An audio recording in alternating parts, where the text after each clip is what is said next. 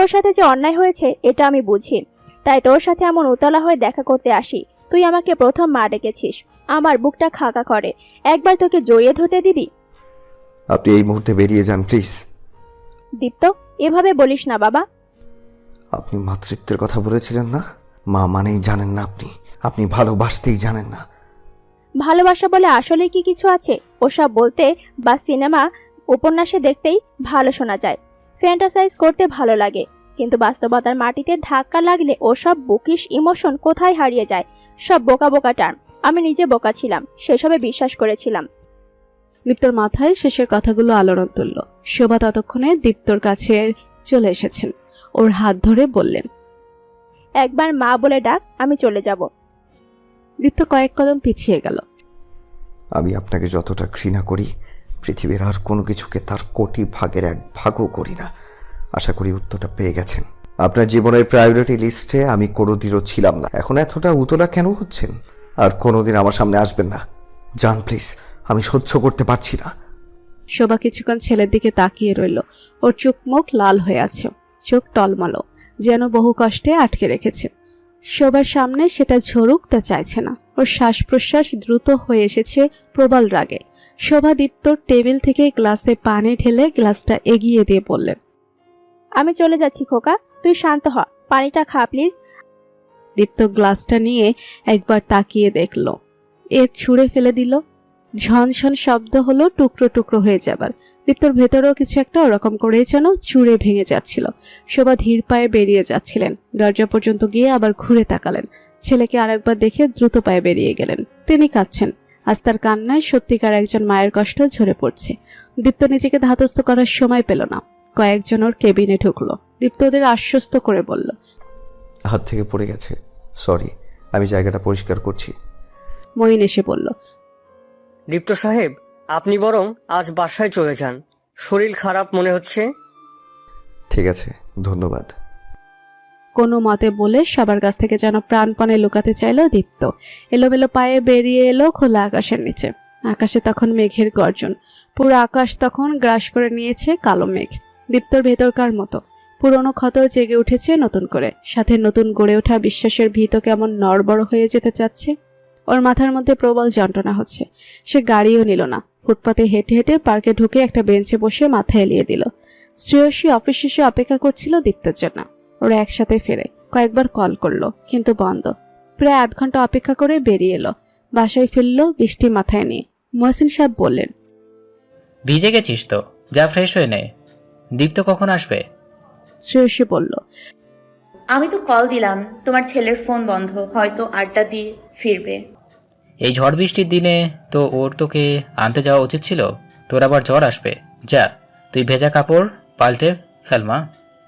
রাত 10টার দিকে শ্রেয়সীর চিন্তার ভাঁজ গাঢ় হলো। শিমুলকে কল দিল, সে কিছু জানে না। আজ নাকি কথা হয়নি। মহসিন সাহেব অফিসের রিসেপশনে কল করে শুনলেন দীপ্ত নাকি লাঞ্চ আওয়ারের পরপরই বেরিয়ে গেছে। ছেলেটা কোথায় গেল? প্রশ্নটা শ্রেয়সীর মাথায়ও ঘুরপাক খাচ্ছে। দীপ্তর পৃথিবীটা যেন থমকে আছে। সে নিজেও একজন অনুভূতিহীন পাথর। পুরো মাথাটা ফাঁকা ফাঁকা লাগছে, শুধু তীব্র ব্যথা অনুভূত হচ্ছে। দৃষ্টিতে এক পৃথিবীর শূন্যতা, হৃদয় জুড়েও। কতটা সময় পেরিয়ে গেল তারও কোনো হিসেব নেই। পুরোপুরি অস্তিত্বহীন এক জড়বস্তু বলেই বোধ হচ্ছে। হঠাৎ বৃষ্টি পড়তে শুরু করলো। প্রথম ঝিরিঝিরি, তারপর ঝুম বৃষ্টি। তাতেও দীপ্ত নির্বিকার, শুধু মাথাটা সোজা করে নিল, চোখ আর নাকে পানি ঢুকে পড়া থেকে বাঁচাতে।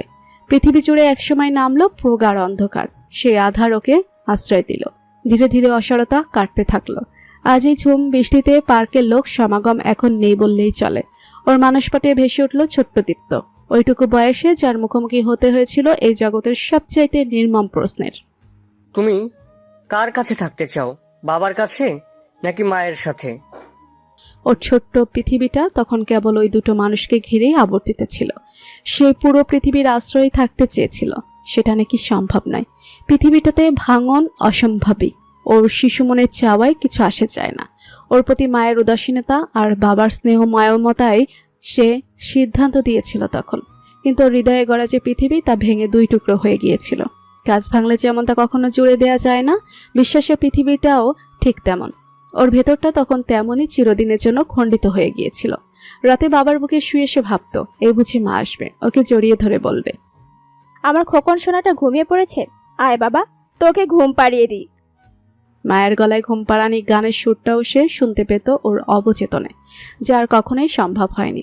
অর্ধেক পৃথিবী নিয়ে সে ধীরে ধীরে বেড়ে উঠেছে। বাবা তার সমস্তটা দিয়ে সারা জীবন চেষ্টা করে গেছেন, পুরো পৃথিবী হয়ে উঠতেও পেরেছেন, তবুও ভাঙার একটা দাগ কোনোদিন মুছে যায়নি। তার রয়ে গেছে প্রবল প্রকারমে। নতুন করে শোভা জীবনে এগিয়ে গেছেন, তার কোলজোড়ে নতুন সদস্য এসেছে তার পৃথিবী পূর্ণ করতে। সেদিন মায়ের কোথাও দীপ্ত ছিল না, বাবার সাথে সাথে বাবার দীপ্তও তার কাছে ছিল অচ্ছুত। প্রতি বছর দীপ্তর জন্মদিনে তিনি একবার করে কল দিতেন, সে কথা বলেনি আর। একদিন জেনেছে তার মা চট্টগ্রাম চলে গিয়েছেন, তারপর বহুদিন তিনি কোনো রকম যোগাযোগ করেননি। দীপ্তর এসএসসি পরীক্ষার আগে দেখা করতে এসেছিল, সাথে তার 2 সন্তানকে এনেছিল। ছোটজন ছিল কোলে, দীপ্ত উঠে চলে এসেছিল। দৃশ্যটা সহ্য হয়নি, ঈর্ষায় নয়, অপ্রাপ্তির আঘাতে। ওইভাবে তো মা ওকে কখনো আগলে রাখেননি তার স্নেহ ছায়ায়। তারপর থেকে পারতপক্ষে কোনোদিন মায়ের সাথে সে দেখা করেনি, তবুও কখনো সখনো দেখা হয়ে গেছে। বছর 6 আগে তারা ঢাকায় এসেছেন, শোভার সন্তানরা দেশের বাইরে পড়তে গেছে। তখন থেকে নিজের একাকিত্ব ভুলতে দীপ্তকে বিরক্ত করছে, এটাই ওর মনে হয় সবসময়। ওর লাল হয়ে আসা ক্লান্ত চোখের পাতায় শ্রেষীর মুখটা ভেসে উঠল। মেয়েটাকে ওর খুব করে ধরে রাখতে ইচ্ছে করে, নিজের জীবনে ভালোবাসতে ইচ্ছে করে, ওর জন্য এতটা কেয়ার করাকে ওর ভালো লাগে। কিন্তু ভালোবাসা বলে যদি সত্যিই কিছু না থাকে, যদি ওর প্রতি শ্রেয়সীর মোহভঙ্গ হয় কোনোদিন, তবে তো সেও মায়ের মতো ওকে ফেলে চলে যাবে। সে বড্ড হতভাগা, ভালোবাসা ধরে রাখতে পারে না। যেখানে মা জন্ম দিয়ে ওকে উপেক্ষা করেছেন, সেখানে শ্রেয়সী কেন সারা জীবন ওকে আগলে রাখতে যাবে? এটা তো ঠিক। দীপ্ত বাইরে থেকে যতই চটকদার হোক, ভেতরে ভেতরে সে তো ভাঙাচোরা একজন মানুষ। ওর ভেতরটা যদি শ্রেয়সী কখনো দেখে ফেলে, সেদিন ওর চোখে মুগ্ধতা থাকবে না, মায়া থাকবে না, কেবলই শূন্যতা থেকে যাবে। শূন্যতাই একমাত্র চিরস্থায়ী বস্তু পৃথিবীতে, বাকি সব নশ্বর, ক্ষণস্থায়ী। পরক্ষণেই বাবার মুখটা মনে পড়ল। মানুষটা ওর মতোই অসহায়, ওদের যত দুর্ভোগ সমস্তই একজনের জন্য, ওর মা, তার স্ত্রী। ওই মানুষটাই শ্রেয়সীকে বড্ড স্নেহ করেন, তিনিও তো কতটা কষ্ট পাবেন। চিন্তাগুলো ডালপালা মেলে দিচ্ছিল দীপ্তর মনে। সেসব চিন্তা কতটা প্রাসঙ্গিক, কতটা অমূলক তা তলিয়ে দেখার মতো মানসিক স্থিতি তখন ওর মধ্যে নেই। বৃষ্টি একসময় কমে এলো। বেশ কয়েকবার হাঁচি আসতেই খানিকটা যে তাড়া অনুভব করলো, বাসায় ফিরতে হবে। মারে 11:30 বাজে, আমি একবার বের হই, এইভাবে ঘরে বসে থাকতে ভালো লাগছে না। মহসিন সাহেবের উদ্বিগ্নতা দেখে শ্রেয়সী নিজের ভেতরের চিন্তাকে শান্ত করলো। তার বয়স হয়েছে, এই ঝড় বৃষ্টির মধ্যে তাকে বাইরে পাঠাতে মন সায় দিচ্ছে না। বাবা, বৃষ্টি তো থামলো, হয়তো বৃষ্টিতে কোথাও আটকা পড়েছিল, এখন এসে পড়বে। আর কিছুক্ষণ দেখি। এর মধ্যে শ্রেয়সী কিছুক্ষণ আগে শিমুলের সাথে কথা বলেছে। সে বলেছে, আমি দেখছি, তুমি চিন্তা করো না, আঙ্কেলকে দেখো। মহসিন সাহেব শুনলেন না, তিনি পাঞ্জাবি গায়ে দিয়ে বেরিয়ে এলেন। দরজার কাছাকাছি আসতেই কলিং বেল বাজলো। দরজা খুলে বিধ্বস্ত দীপ্তকে দেখে দুজনে আটকে উঠলেন। দীপ্ত, কি হয়েছে? দীপ্ত ততক্ষণে টলছে, অস্ফুট স্বরে কি বলল বোঝা গেল না। ভেতরে ঢুকে সে পড়ে যাচ্ছিল প্রায়। মহসিন সাহেব আর শ্রেয়সী 2 পাশে ধরল। দীপ্তর শরীর অসম্ভব ঠান্ডা হয়ে আছে, পুরো গা ভেজা। ছেলেকে ওভাবে দেখে মহসিন সাহেব অস্থির হয়ে গেলেন। ওকে বিছানায় শুয়ে মহসিন সাহেব বললেন, গরম পানি? তুমি বসো বাবা, আমি আনছি। মহসিন সাহেব দীপ্তর ভেজা কাপড় পাল্টে দিলেন অভ্যস্ত হাতে। এরপর মাথা মুছে দিতে লাগলেন। শ্রেয়সী এসে দীপ্তর পা কুসুম গরম পানিতে ডুবিয়ে দিল। আধা অচেতন মানুষটাকে হালকা করে বসিয়ে দিয়ে আদা লবঙ্গ দেওয়ার চা খাওয়ানোর চেষ্টা করলো। শ্রেয়সীকে নামিয়ে দেবার সময়ও তো দীপ্ত স্বাভাবিক ছিল, হঠাৎ কি হলো? এটা যে স্বাভাবিক বৃষ্টিতে ভেজা নয় তা বোঝা যাচ্ছে স্পষ্ট। রান্নাঘরে এসেছিল শ্রেয়সী, দেখলো বসার ঘরে রাখা মহসিন সাহেবের মুঠোফোনে কল আসছে। সে নিতে নিতে কেটে গেল শোভা। মহসিন সাহেবকে মোবাইলটা এগিয়ে দিলে তিনি কলারের নামটা দেখে বিতৃষ্ণায় সরিয়ে রাখলেন। তার ছেলে অসুস্থ, এখন তার উল্টাপাল্টা কথা শুনতে একদম ইচ্ছে করছে না তার। শোভা হাতের মুঠোফোনের দিকে মুহূর্তখানেক করুণ দৃষ্টিতে তাকিয়ে সেটা সরিয়ে রাখল। দীপ্তর ঘৃণা ভরা দৃষ্টি তার হৃদয়ের তীরের মতো বিদ্ধ করছে। সেই ঘৃণার তীব্রতা তিনি সহ্য করতে পারছেন না। কি অসহ্য ঘৃণা নিজের সন্তানের তার প্রতি। তার চোখ বেয়ে দুফাটা জল গড়িয়ে পড়ল বহুকাল পরে। সদ্য তারুণ্যে পা দিয়ে শোভা গভীর প্রেমে পড়ে যান ধীর স্থির অথচ প্রাণখোলা মহসিনের। তিনিই প্রথম প্রেম নিবেদন করেছিলেন। সুন্দরী চপলার জেদি শোভাকে ফিরিয়ে দিতে পারেননি তিনি। কয়েকবার অস্বীকার করার চেষ্টা করেছেন, কিন্তু শোভার অদম্য জেদের কাছে তার আপত্তি খরস্রোতা নদীতে খড়কুটোর মতোই ভেসে গেছে। 4 বছর চলছে তাদের প্রণয় পর্ব। সবার বাড়িতে বিষয়টা জানাজানি হয়ে যায়। মহসিন ততদিনে একটা চাকরি জুটিয়ে নিয়েছিলেন, কিন্তু শোভার পরিবারের চাহিদার সাথে সেটা দূরত্ব ছিল বিস্তর, তাই তারা অন্যত্র বিয়ে ঠিক করে ফেলেন। শোভা বরাবর জেদি, একরোখা। একবার যা তার মাথায় ঢুকে যায় তা থেকে তাকে বিচ্যুত করা তাদের পক্ষে সম্ভব হয়নি। তিনি একদিন ইউনিভার্সিটি থেকে সোজা মহসিনের মেসে চলে আসেন। সেই রাতেই তারা বিয়ে করেন। বিয়ের পরে তার পরিবার থেকে ঝামেলা করার চেষ্টা করেছিল, কিন্তু একজন সাবালিকা মেয়ের মতামতের বিরুদ্ধে কিছু করা যায়নি। বিয়ের প্রথম 2 বছর কেটে গেল স্বপ্নের মতো, কত স্বপ্নের হাতছানি, কত পরিকল্পনা সংসার নিয়ে। এরপর হঠাৎ দীপ্ত পেটে আসে। শোভা প্রথমে সন্তানকে রাখতে চাননি। সদ্য অনার্স শেষ হয়েছিল তার, জীবন কেবল শুরু। সেই মুহূর্তে মানসিকভাবে সন্তান জন্ম দেবার জন্য তিনি প্রস্তুত ছিলেন না, কিন্তু মহসিন সন্তান চেয়েছিলেন। তিনি কথা দিলেন, শোভা, আমি সব সামলে নেব, ও আসো প্লিজ। তিনি মেনে নিলেন। একটা ফুটফুটে সন্তান কোল জুড়ে এলো। তিনিও তার মায়ে জড়িয়ে পড়লেন।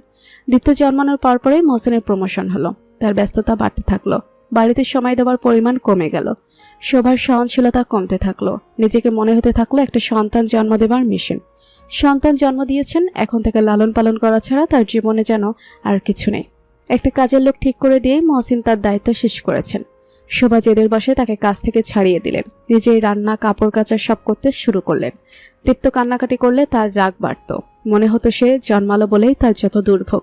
মহসিন সাহেবের সাথে এটা নিয়ে ঝগড়া হতো। তিনি বললেন, সংসারে একজন সদস্য বেড়েছে, তার খরচ আছে, আমার অফিসে কাজের চাপ, তোমাদের জন্যই তো সব। এসব ছেলে ভোলানো কথা তার বিষের মতো মনে হতো। তার মনে হতো লোকটা তাকে বাড়িতে রেখে বাইরে অন্য কারোর প্রতি আসক্ত হয়ে পড়েছে। এরকম হওয়া তো অসম্ভব নয়। এটা নিয়ে তাদের সংসারে অশান্তি হতে শুরু করলো। শোভার বোনদের সাথে যোগাযোগ ছিল। তাদের দেখে নিজের ভুল তিনি বুঝতে পারলেন। তিনি বোনদের মধ্যে সবচাইতে মেধাবী ছিলেন, সুন্দরী, অথচ তাদের জীবনযাত্রার সাথে তার কত পার্থক্য। তিনি সংসার আর সন্তানের পেছনে খেটে মরছেন। তার জন্ম তো সেজন্য হয়নি। তার কত সম্ভাবনা ছিল, কত ভালো ক্যারিয়ার হতে পারত।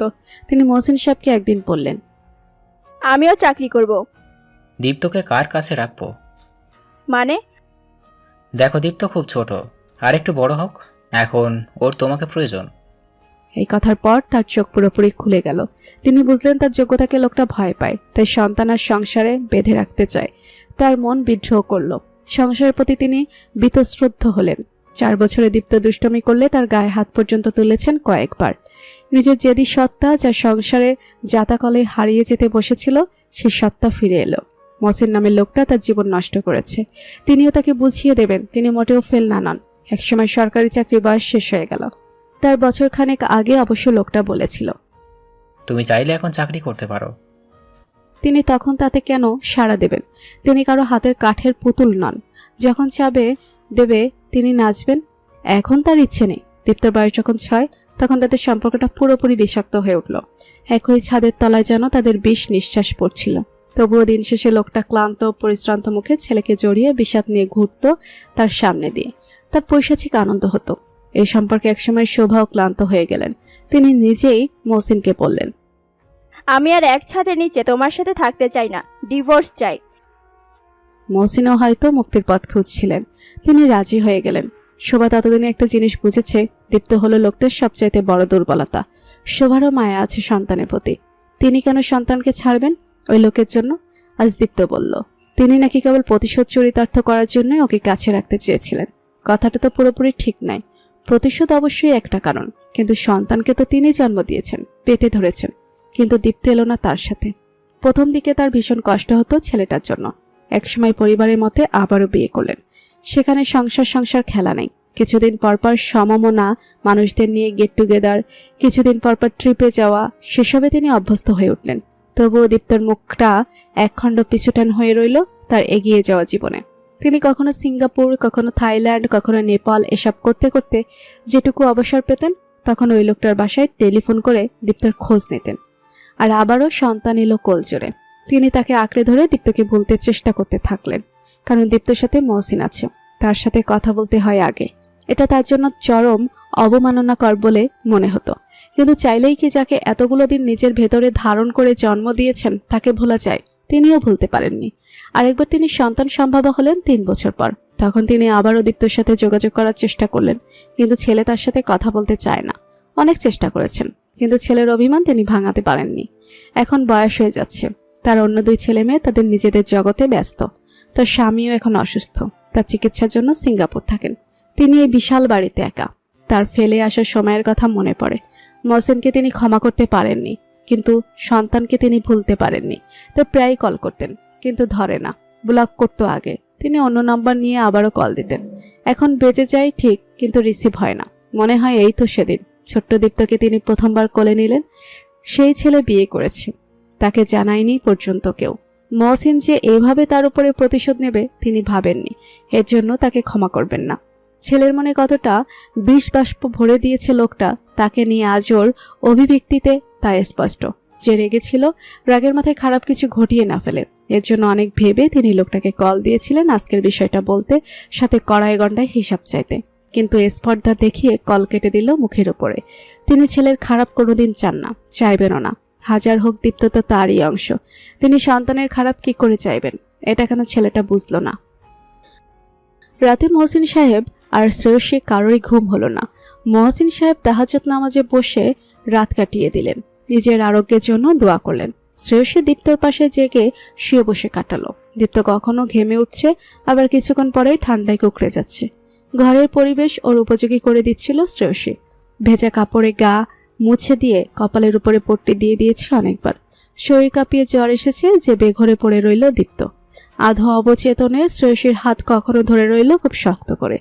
অনেক কিছু বলেছে অস্ফুট স্বরে, যার বেশিরভাগ কথাই অবদ্ধ বলে মনে হলো। কখনো মা, কখনো বাবাকে উদ্দেশ্য করে কথা বলছিল, কখনো শ্রেয়সীর উদ্দেশ্যে। 4টার পরে একবার শ্রেয়সীর তন্ডা মতো এসেছিল। তখন দীপ্তর মুখের কাছে থাকায় একটা কথা শুধু বুঝতে পারল। আমাকে ছেড়ে চলে যাবে তুমি মায়ের মতো? তন্ডাচ্ছন্ন শ্রেয়সী দীপ্তকে আগলে নিয়ে বিড়বিড় করে বলল, আমি তোমার সাথে আছি দীপ্ত, তুমি সুস্থ হয়ে ওঠো। দীপ্তর জ্বর ক্লিষ্ট ক্লান্ত মুখে যেন কিঞ্চিত হাসি ছুঁয়ে গেল। কিছুক্ষণের মধ্যেই ঘুমিয়ে পড়ল। শ্রেয়সী দীপ্তর মাথায় আঙুল বুলিয়ে দিতে দিতে তাকিয়ে রইল নির্নিমেষ। কেমন অসহায় লাগছে ছেলেটাকে। এই মুখটা ছেড়ে সে কোথায় যাবে, কেন যাবে? দূরের মসজিদে ফজরের আজান দিল। দীপ্তকে ছেড়ে উঠে নামাজ পড়ল শ্রেয়সী। এরপর রান্নাঘরে গেল। যাবার সময় দেখল মহসিন সাহেব বসার ঘরে তসবিহ হাতে বসে আছেন। ওকে বেরোতে দেখে জিজ্ঞেস করলেন, এখন কেমন আছে? জ্বর বেশি দেখলাম, তবে এখন শান্ত হয়ে ঘুমিয়েছে। মহসিন সাহেব ঘরে গিয়ে দীপ্তর মাথার কাছে বসে ফু দিলেন দোয়া পড়ে। এর মধ্যে শ্রেয়সী চা এগিয়ে দিল। নাও বাবা, চাটা শেষ করে ঘুমাও, আমার কথা তো শুনলে না। সন্তান অসুস্থ থাকলে আমার ঘুম হবে বুঝি? তোদের ঘরে আসুক তখন বুঝবি। শ্রেয়সী মৃদু হেসে পড়ল, তোমার নিজের দিকে খেয়াল করো। রাতে সেই বৃষ্টির মধ্যে ডাক্তার আনতে চলে গেলে, এখন তোমার ছেলে স্বাভাবিক আছে। দীপ্তটা জ্বর এলে বারবারই এমন হয়ে যায়, কাতর হয়ে পড়ে। ও বৃষ্টিতে ভিজতে পারে না। হঠাৎ কি হলো এভাবে অনেকক্ষণ ধরে ভিজলো? জিজ্ঞেস করলাম, উত্তর দিল না। সকালে জানা যাবে। তুই বরং ঘুমা, তুইও সারা রাত জেগেছিলি। আমার অভ্যাস আছে। আমি আজ ছুটি নিব বাবা, রেস্ট নেবার সময় আছে। খানিকক্ষণ ইতস্তত করে শ্রেয়সী প্রশ্ন করল, আচ্ছা বাবা, ওর মধ্যে ওর মাকে নিয়ে, মানে রাতে ঘুমের মধ্যে? মহসিন সাহেবের মুখ গম্ভীর হয়ে উঠল। দীপ্ত আমার খুব লক্ষ্মী বাচ্চা, জানিস তো। ওইটুকু বয়সে যার মাঝখান দিয়ে যেতে হয়েছিল, তাতে আমি খুব ভয়ে থাকতাম সারাক্ষণ। আমাকে ভুল প্রমাণ করেও খুব দ্রুত পরিস্থিতির সাথে অ্যাডাপ্ট হয়ে নিল। তবুও আমি বাবা তো, আমি জানি কিছু ক্ষত হয়তো ব্যান্ডেজ বেঁধে লুকিয়ে রাখা যায়, কিন্তু নিরাময় করা সম্ভব হয় না। শোভাও ওর জন্য তেমনই একটা ক্ষত হয়ে আছে। দীপ্ত হয়তো বিষয়টা নিয়ে ইনসিকিউর ফিল করে। একটা স্পষ্ট ইনসিকিউরিটি আমি মাঝে মধ্যে বুঝতে পারি। ওর মধ্যে একটা প্রবল ভয় আমি গতকাল দেখতে পেয়েছি। যদি আমিও তার মায়ের মতো ছেড়ে চলে যাই। একটা দীর্ঘশ্বাস ফেলে কথাটা বলল শ্রেয়সী। ওর মাথায় হাত রেখে মহসিন সাহেব বললেন, তুই বুদ্ধিমতী মেয়ে মা। মায়ের চলে যাওয়াটা ওর ভিতর খুব গভীর একটা দ্বিধা তৈরি করে দিয়ে গেছে। ও তোকে যখন আরো ভালো করে বুঝতে শুরু করবে, সেই দ্বিধা কেটে যাবে আমি নিশ্চিত। শ্রেয়সী একবার চকিতে দীপ্তর ঘুমান্ত মুখের দিকে তাকিয়ে দৃষ্টি ফিরিয়ে নিয়ে মনে মনে বলল, এখনো তুমি আমাকে পুরোপুরি বুঝতে পারোনি দীপ্ত, তবে আমি তোমার দ্বিধা কাটিয়ে দিব, তুমি দেখো। মহসিন সাহেব মনে মনে দোয়া করলেন, আল্লাহ ছেলে মেয়ে দুটোকে সুখে শান্তিতে রেখো। দীপ্তকে 9:30টায় ঘুম থেকে ডাকলো শ্রেয়সী। তার আগে থার্মোমিটারে দেখলো জ্বর এখনো 101। রাতে 103 ছুঁয়েছিল পারদ। দীপ্ত উঠে বসলো। ভেবেছিল শ্রেয়সী গতকাল দেরি হওয়া নিয়ে প্রশ্ন করবে, তা না করে মেয়েটা বলল, হাত মুখ ধুয়ে আসো, খেতে হবে, এরপর ওষুধ আছে। দীপ্ত আড়মোড়া ভাঙতে চেষ্টা করে মাথা চেপে ধরে বলল, প্রচণ্ড মাথা ব্যথা করছে। আমাকে ধরে উঠে এসো। দীপ্ত সারা ঘরে ওর জ্বরের চিহ্ন দেখতে পেল না। এরই মধ্যে মেয়েটা মোটামুটি গোছগাছ করে ফেলেছে, তবে চোখে ঘুম না হওয়ার ক্লান্তি। সে দেখেছে মেয়েটা ওর কি পরিমাণ যত্ন করেছে। দীপ্তর মনে হলো যদি কোনো একসময় সুর কেটেই যায় তাহলে শুধু শুধু মায়া বাড়িয়ে লাভ কি। সে ম্রিয়মান গলায় বলল, আমি উঠতে পারবো। সেটা জানি, তবে এখন নিজের এই মেল ইগো দূরে রাখো। এখানে মেইল ইগো কোথেকে এলো? বিছানা থেকে বউয়ের সাহায্য নিতে হচ্ছে, এটা তোমার পৌরুষে আঘাত করছে না বলতে চাইছো? দীপ্ত কিছুটা হকচকিত হলো। এই মেয়ে যে মহা ঝগড়াটে সে ভুলে গিয়েছিল। আচ্ছা ধরে তোলো, এখন ঝগড়া করতে ইচ্ছে করছে না, স্টামিনাও নেই। শ্রেয়সী জানে স্বাভাবিক কথার মানুষ এই ছেলে না। মাঝে মধ্যে এর ঘাড়ের তার ছিঁড়ে যায়, তে বাঁকা পথে হাঁটলো। যে রোগের যে ওষুধ, সুন্দর কাজ করলো। মহসিন সাহেব উঠে পড়েছেন। খাবার টেবিলে ছেলের কুশল জিজ্ঞেস করলেন, এরপর স্বস্তির নিঃশ্বাস ফেললেন। দীপ্ত অল্প একটু খেয়েই আর খেতে পারছিল না, মুখ তেতো হয়ে আছে। মহসিন সাহেব নিজের হাতে জোর করে খাইয়ে দিলেন। শ্রেয়সীর ছবি তুললো একটা। দীপ্ত জিজ্ঞেস করলো, ছবি তুলছো কেন? ধীরে খোকার খোকাপনা দেখার সৌভাগ্য হলো। এটা ফ্রেম বন্দি না থাকলে হয়। তোমাকেও তো মা খাইয়ে দেয়, তার বেলা। আমি তো ভাব নিয়ে বলি না, আমার সাহায্য লাগবে না, তাই দুটো এক করবে না, বুঝলে? না চাইতেও দীপ্ত হাসলো। সেই হাসি দেখে শ্রেয়সী ভীষণ স্বস্তি পেল। পরিবেশটা খুব গুমট হয়ে উঠেছিল, যে হালকা করার প্রয়োজন ছিল সে সফল। শ্রেয়সী বারান্দায় এসে দাঁড়িয়েছে।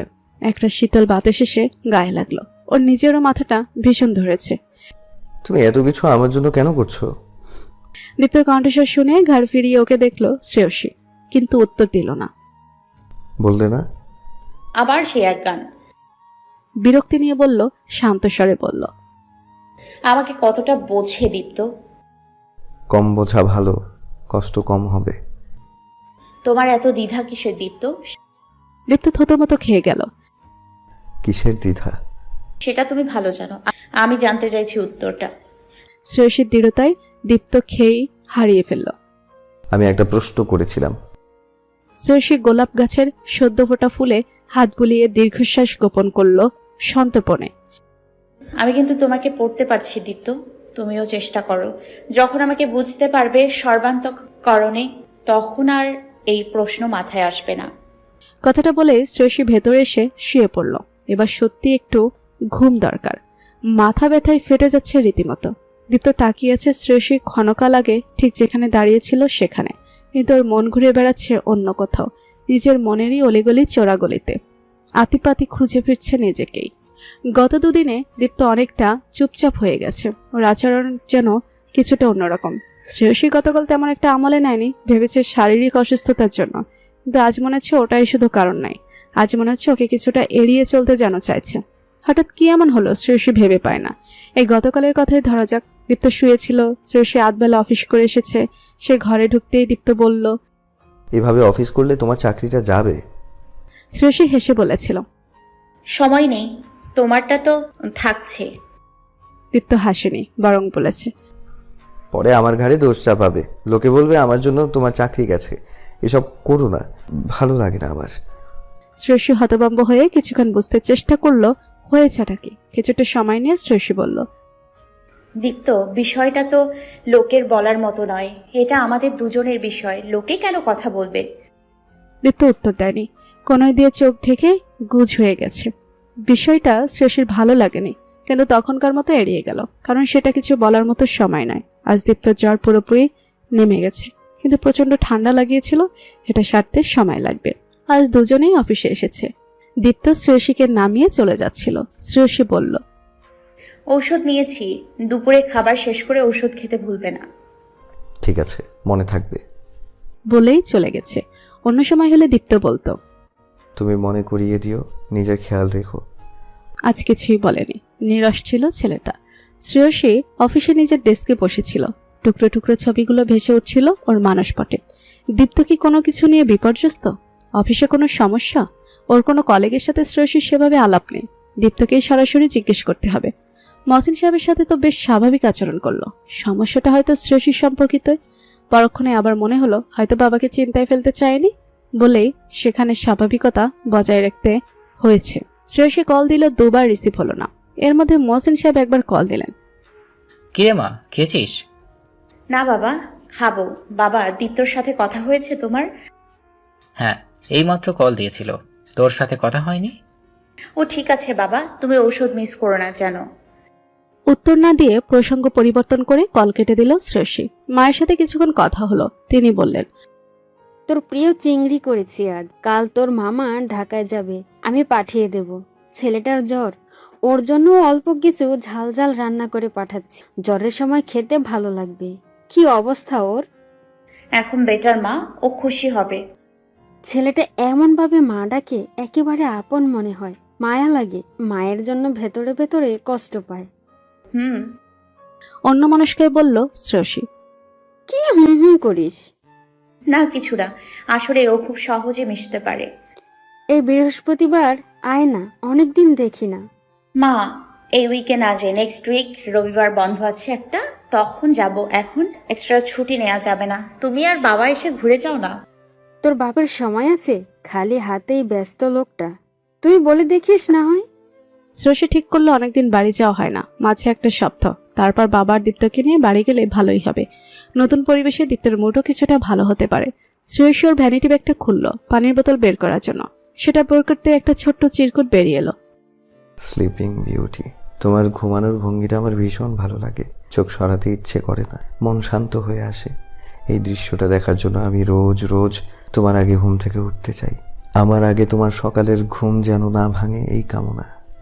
শ্রেয়সীর মুখে একটা হাসি ফুটল, মুখ দিয়ে অস্ফুটস্বরে বেরিয়ে এলো। পাগল। পাগলটিটা লিখেছিল বিয়ের পরে। ওর যখন শ্রেয়সীদের বাড়িতে গিয়েছিল, রেগে ম্যাগে রিলেশনশিপ স্ট্যাটাস পরিবর্তন করলো তার পরের দিন। এটা লিখে ওর একটা বইয়ের নিচে চাপা দিয়ে রেখেছিল।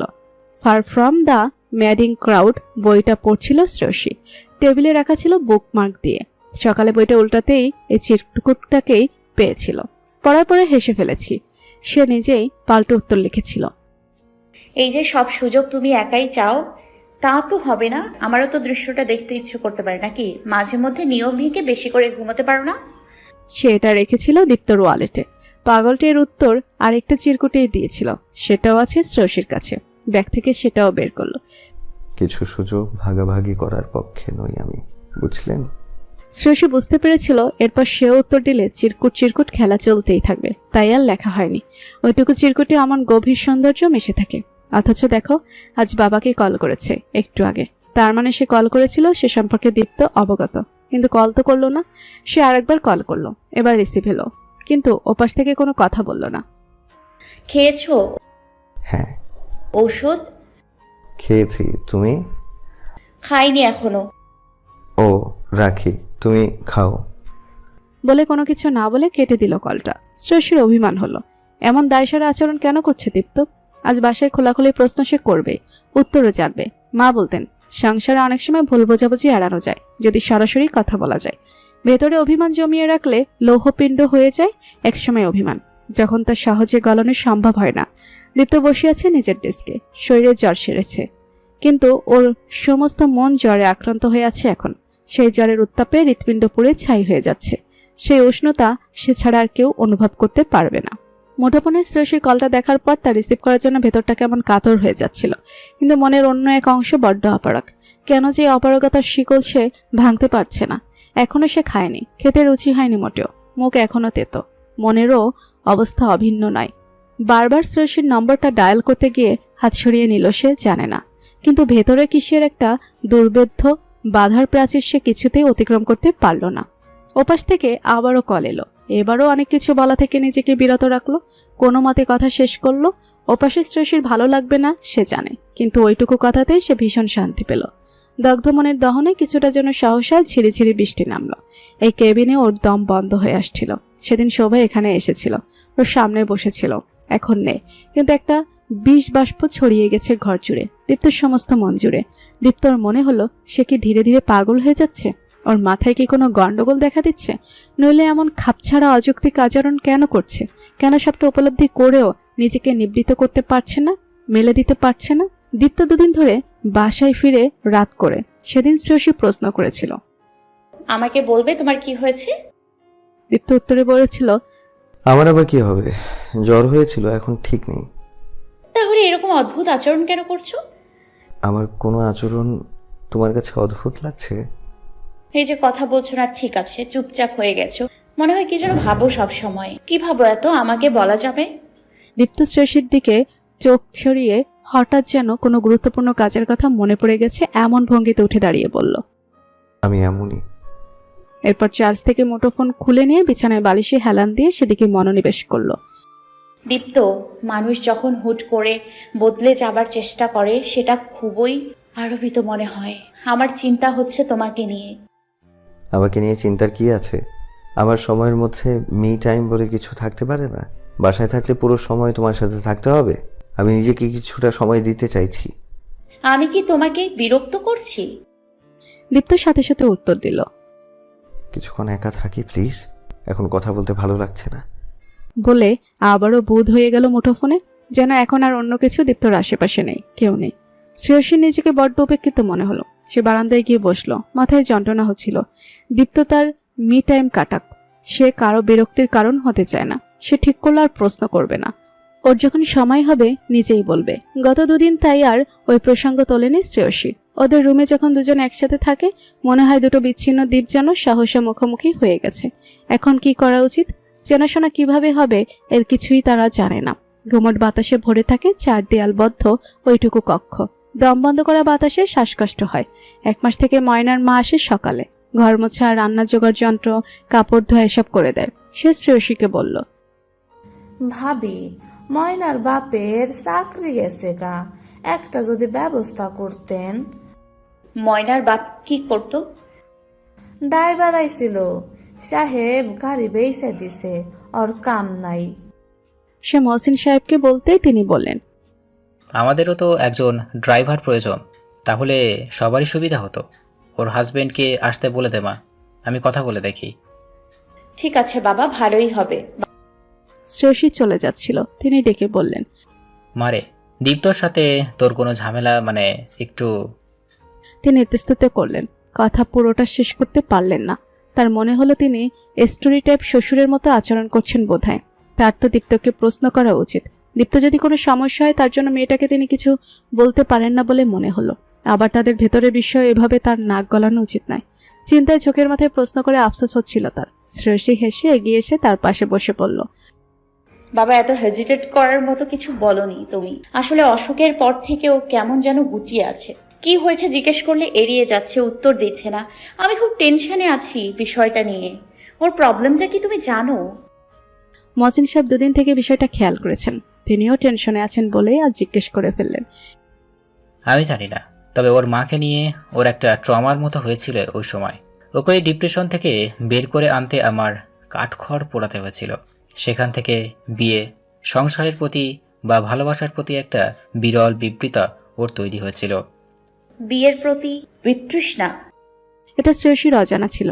আর মনে হচ্ছিল যার এতটা বিতৃষ্ণা থাকবে সে ওকে বিয়ে করতে কেন রাজি হলো। মহসিন সাহেব যেন ওকে পড়তে পারলেন। বিয়ের চেষ্টা করতাম, ও নিজেই দেখা করতে যেত, এরপর বিয়ে ভেঙে দিত। তোকে দেখতে গেলে তুই ওকে রিজেক্ট করলি, এরপর আবার তোদের দেখা হলো, ওর তোকে পছন্দ হলো বুঝতে পারি, এরপর বিয়েটা হলো। দীপ্তকে শ্রেয়সী জিজ্ঞেস করতে ইচ্ছে করলো, আমাকে কেন তোমার পছন্দ হয়েছিল? কিন্তু সে এখনো বাসায় আসেনি। সে রিজেক্ট করেছিল বলেই ওর প্রতি আকৃষ্ট হয়েছিল দীপ্ত। কি জানি, সবার কথা মনে পড়ল ওর। সেদিন কেমন আচরণ করেছে ছেলেটা সেটা মনে পড়ল। এখনকার ঘটনার সাথে সেটা ওর যোগসূত্র আছে বলেই মনে হলো। কিন্তু শ্রেয়সীর এখানে ভুলটা কোথায়? ওর সাথেই আচরণের মানে কি? রুমে আসতে দেখলো শান্তা কল করেছিল অনেকবার। সে কল ব্যাক করলো। কেমন আছো আপু? ভালো, তুই? ভালো। তোমরা বাসায় আসো না কেন এখন?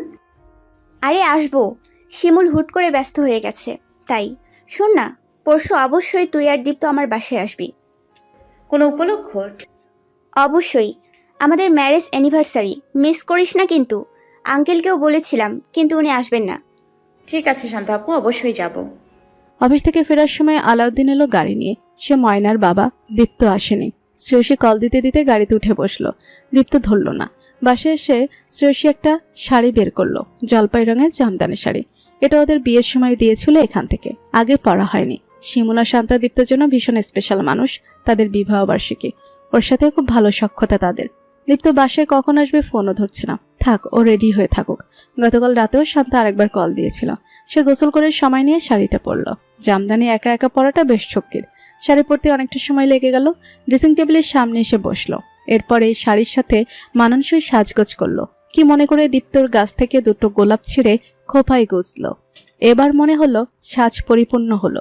ঘড়ির দিকে তাকিয়ে দেখলো প্রায় 7টা বেজে গেছে। ও বেরিয়ে এলো ড্রয়িং রুমে। ওকে দেখে মহসিন সাহেব বললেন, বেরোবি এখন? ও তো এলো না, কল রিসিভ করছে না। বস তাহলে, ওর টাইম সেন্সের এই অবস্থা তো ছিল না। 7:30টার দিকে শান্তার কল এলো। তুই এলি না কেন দীপ্তর সাথে? দেরি করিস না, চলে আয়। দীপ্তের সাথে গেছে আপু? হ্যাঁ, সেই 6টার সময়। আমি তো রান্নাঘরে ছিলাম। এখন ফ্রেশ হয়ে রেডি হয়ে দেখি তুই আসিসনি। আপু সরি, দেখো আমার শরীরটা খুব খারাপ লাগছে, প্রেশার লো হয়ে গেছে ভীষণ। তোমাদের জন্য অনেক শুভকামনা থাকলো। তুই তাহলে আসবি না? ভীষণ ইচ্ছে ছিল আপু, কিন্তু শরীর।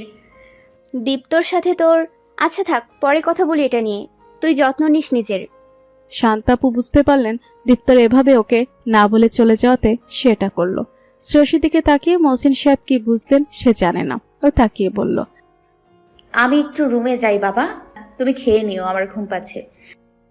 তার চোখে সহানুভূতি ছিল, সেটা আরো পড়া ছিল ওকে। ভীষণ অপেংতেও বলে মনে হলো নিজেকে। শান্তা শিমুলের কাছে ওকে এভাবে অপমানিত করার সাহস দীপ্তকে কে দিয়েছে? ঘরে এসে কোনো রকমের শাড়ি বদলে শুয়ে পড়ল সে। চোখ দিয়ে জল গড়িয়ে পড়ল কষ্টে অপমানে। এমন উপেক্ষা আর অসম্মান ওকে আজ অব্দি কেউ কোনোদিন করেনি। দীপ্ত যে বদলে যাচ্ছে তা সে নিজেও বুঝতে পারছে। যেখানে কোথাও যাবার থাকলে সে একেবারে শতভাগ পারফেকশন আনার জন্য চেষ্টা করে নিজের অ্যাপিয়ারেন্সে, সেখানে এখন সে প্রিয় বন্ধুর এত বড় অ্যানিভার্সারি পার্টিতে সে অফিসের গেট আপেই চলে এসেছে। খাবারের পরে শিমুলের বাসায় আড্ডার আসর জমল। সেখানেও দীপ্ত গুম হয়ে রইল প্রায়। একসময় উঠে বিদায় নিতে গেল। শান্তা বলল, তুমি কিছুক্ষণ পরে যাও, কথা আছে। অগত্যা বসে রইল সবাই চলে যাবার জন্য। কি কথা হতে পারে সে বুঝতে পেরেছে। চলে যেতে ইচ্ছে করছিল, তবুও বসে রইল। বাসায় গিয়ে শ্রেয়সীর মুখোমুখি হতে হবে বলে আজ সে যা করেছে তারপর আর ওর সামনে গিয়ে দাঁড়ানোর মতো মুখ ওর নেই বলেই মনে হচ্ছে। সে তুলনায় এখানে নির্জীব হয়ে কিছুক্ষণ বসে থাকাও ভালো। সবাই চলে যাবার পরে শিমুল ওর পাশে এসে বসলো। শান্ত এসে বলল, আজ যা করলে এটা কি ঠিক করেছো? দীপ্ত উত্তর দিল না। শিমুল কথা বলল এবার। উত্তর দে। দুদিকে মাথা নাড়ল দীপ্ত। তাহলে কেন করলি? আমি ভয় পাই। কিসের জন্য তুই জানিস? আবার সেই একই গান। সব ঠিকঠাক ছিল, তোরাও একটা সুন্দর দাম্পত্য জীবন কাটাচ্ছিলি। তাহলে হঠাৎ এতদিনে এসে এসব যুক্তিহীন কার্যকলাপ করে তুই কি প্রমাণ করতে চাইছিস? তোর যে ডিভোর্সটা হয়ে গেল, বাবার বিষয়টা, আর সেদিন উনি আমার অফিসে এসেছিল। কে? দীপ্তর মুখের অভিব্যক্তি দেখে শিমুল বলল, তোর মা? হুম। এসবের সাথে শ্রেয়সীর সম্পর্কটা কি? শান্ত একরাশ বিরক্তি নিয়ে কথাটা বলল। ওর কোনো সম্পর্ক নেই, সম্পর্ক আমার সাথে। আমি ভয় পাই। আমি ইদানিং শ্রেয়সীর সান্নিধ্যে অনেক বেশি অভ্যস্ত হয়ে পড়ছিলাম। ও পাশে থাকলে সব ভালো লাগতো। আমার ভয় হয় ও যদি কোনোদিন আমাকে ছেড়ে চলে যায়, আমার পৃথিবী থমকে যাবে একটা জায়গায়, তাই দূরে থাকছি। দীপ্তর গলা মৃদু কেঁপে গেল কথাগুলো বলতে। ওর কোন আচরণে তোর মনে হয়েছে যে ও তোকে ছেড়ে চলে যাবে? না, কিন্তু বাস্তবতা তো এটাই, তাই না? Totally bullshit Dipto. আল্লাহর ওয়াস্তে এসব ফালতু ভাবনা বাদ দে। Over thinking is very harmful for any relationship. Wake up man. Dipto জানে সেটা, কিন্তু বেরোতে পারছে না। শান্ত উত্তেজিত গলায় বলল, তোমার মা যা করেছে সেই ভাবনা থেকে সব মেয়েদের জাজ করবে তুমি? এই চাইল্ডিস তোমাকে আমার কখনো মনে হয়নি। সরি টু সে, এরকম আচরণ করতে থাকলে শ্রেয়সী তোমার সাথে থাকবে না। সেজন্য ওকে দোষ দিতে পারবে না, একমাত্র তুমি দায়ী থাকবে তার জন্য। তোমার মাকে তুমি দায়ী করো, অথচ তুমি ওকে একই পথে হাঁটছো না। যাকে সবচাইতে ঘৃণা করো তার ফুটস্টেপ কি সুন্দর করে ফলো করছো। বাহ, মায়ের যোগ্য ছেলে তুমি। দীপ্ত হাঁটুর উপরে দুটো কোণয় রেখে হাতের তালুতে মুখ গুজিয়ে দিল। এই কথাগুলো ওর ভেতরে সুনামি তুলছে। কথাগুলো ওর হৃদয়ের মর্মমূলে এমন আঘাত এনেছে যে ভেতরটা এফোর ওফোর হয়ে যাচ্ছে। শান্তা, একটু শান্ত হও প্লিজ, আমি বুঝিয়ে বলছি ওকে। আমি শান্ত হতে পারছি না শিমুল। শ্রেয়সী আমাকে বড় বোনের মতো ভালোবাসে, ওর সাথে আমি লজ্জায় কথা বলতে পারছিলাম না। আমি পালিয়ে বাঁচার জন্য ফোন কেটে দিয়েছি। আজ এটা করেছে, কাল আরো বড় কিছু করবে। ও কেন অযথা কোনো কিছু কারণ ছাড়াই ভুক্তভোগী হবে? নাকি মেয়ে বলে যেমন খুশি তার সাথে তেমন করা যায়? শিমুল দীপ্তর পিঠে হাত রেখে বলল, আজ খোলাখুলি কথা বল আমাদের সাথে দীপ্ত, তোর ভয়টা কিসের? আমি ওকে ভালোবাসি, তুই বিশ্বাস কর। কিন্তু যখন বিয়েটা হয় তুই জানিস আমি তখন। ওকে থামিয়ে দিয়ে শান্তা প্রশ্ন করল। কি হয়েছিল? শিমুল ইশারায় বোঝালো যে পরে খুলে বলবে। এই বিষয়টা সে স্ত্রীর সাথে শেয়ার করেনি। দীপ্ত, তুই তো ওকে ভালোবাসিস, শ্রেয়সীও তাই। অল্প সময়ে তোরা একে অপরের মনের কাছাকাছি চলে গিয়েছিস। নিজের বোকামোর জন্য এত চমৎকার আন্ডারস্ট্যান্ডিংটা নষ্ট করিস না ভাই। তোদের মধ্যে খুবই ন্যাচারাল প্রসেসে একটা দারুণ বন্ডিং ক্রিয়েট হয়েছে, তোদের এক্সট্রা কোনো এফোর্ট দিতেও হয়নি। অনেকে অনেক কাঠখড় পুড়িয়েও এটা পায় না, কিন্তু যা গেছে তা গেছে। চাইলেও সেই সময়ে গিয়ে সেটা তুই মুছে ফেলতে পারবি না। ভবিষ্যতও আমাদের হাতে নেই, তাই বর্তমানে ফোকাস কর ভাই। বর্তমান সুন্দর হলে সামনের জীবন আপনা আপনি স্মুথ হয়ে যাবে। তোমার ফ্রেন্ড সহজে পেয়ে গেছে বলে মর্ম বুঝতে পারছে না সম্পর্কের। মাঝখান থেকে শান্তা ফোড়ন কাটল। শান্তা, আমি নিজে মানুষটা ভীষণ ভাঙাচোরা, ভেতর থেকে গুছিয়ে উঠতে সময় প্রয়োজন। তুমি এভাবে বলো না প্লিজ, আমি রিকোয়েস্ট করছি। ওকে, আমি আর কিছু বলছি না, তবে এটুকু বলছি সম্পর্কের পরিচর্যা করতে হয়। চারা গাছকে যেমন খুব যত্ন নিলে একদিন মহিরুহ হয়ে ওঠে, সম্পর্কও তেমনই শেকড় গজায়। মায়ার শেকড়ে আষ্টে পৃষ্ঠে এমনভাবে বেঁধে ফেলে যে নড়াচড়া করার সাধ্য থাকে না। আর বিনা পরিচর্যার বীজ অঙ্কুরিতই হয় না। তুমি কোন প্রসেসে এগোবে সেটা সম্পূর্ণ তোমার ওপর। তোমাদের দুজনের শুভাকাঙ্ক্ষী হিসেবে কথাগুলো বললাম, ভেবে দেখো। উঠে দাঁড়াতে দীপ্তর মনে হচ্ছিল মাথাটা প্রচণ্ড ঘোরাচ্ছে, স্বাভাবিক স্থিতিতে নেই। আর চারপাশের পৃথিবীটা অন্ধকার মনে হচ্ছিল। শিমুল ওকে ধরে বলল, শরীর খারাপ লাগছে? হুম। আমি দিয়ে আসবো? না, আলাউদ্দিন এসেছে গাড়ি নিয়ে। শিমুল ওকে গাড়ি পর্যন্ত দিয়ে গেল, যাবার আগে বলল, সাবধানে যান। আর এবার ঠান্ডা মাথায় ভাবিস আমাদের কথাগুলো। অনেক বেশি যেহেতু ভালোবেসে ফেলেছিস, তাহলে ধরে রাখ ওকে শক্ত করে তোর কাছে, যেতে দিস না। দীপ্ত শিমুলকে জড়িয়ে ধরল শক্ত করে। বাসায় ফিরতে রাত 12টা পেরিয়ে গেছে। বাবা ঘুমের ওষুধ খান বলে তিনি ঘুমিয়ে পড়েছেন। একবার রুমে ঢুকে বাবাকে ফিরছিল, দেখলো বাবার চশমার নিচে একটা সাদা কাগজ। বাবা আগে ওকে এভাবে চিরকুট লিখে ঘুমাতেন, তাই সে চিরকুটটা তুলে নিল। তোর সাথে সকালে কথা আছে। শুক্রবার তোর অফিস নেই, তবুও বলে রাখলাম যাতে পালিয়ে না যাস সকাল সকাল। ইদানিং তোর পালানোর স্বভাব হয়েছে। দীপ্ত এই পরিস্থিতিতেও খানিকটা হাসল। এরপর নিজের ঘরে এলো। শ্রেয়সী ঘুমিয়ে পড়েছে, ওর গালে জল শুকিয়ে গেছে কিন্তু চিহ্ন রেখে গেছে। সেজেছিল মেয়েটা।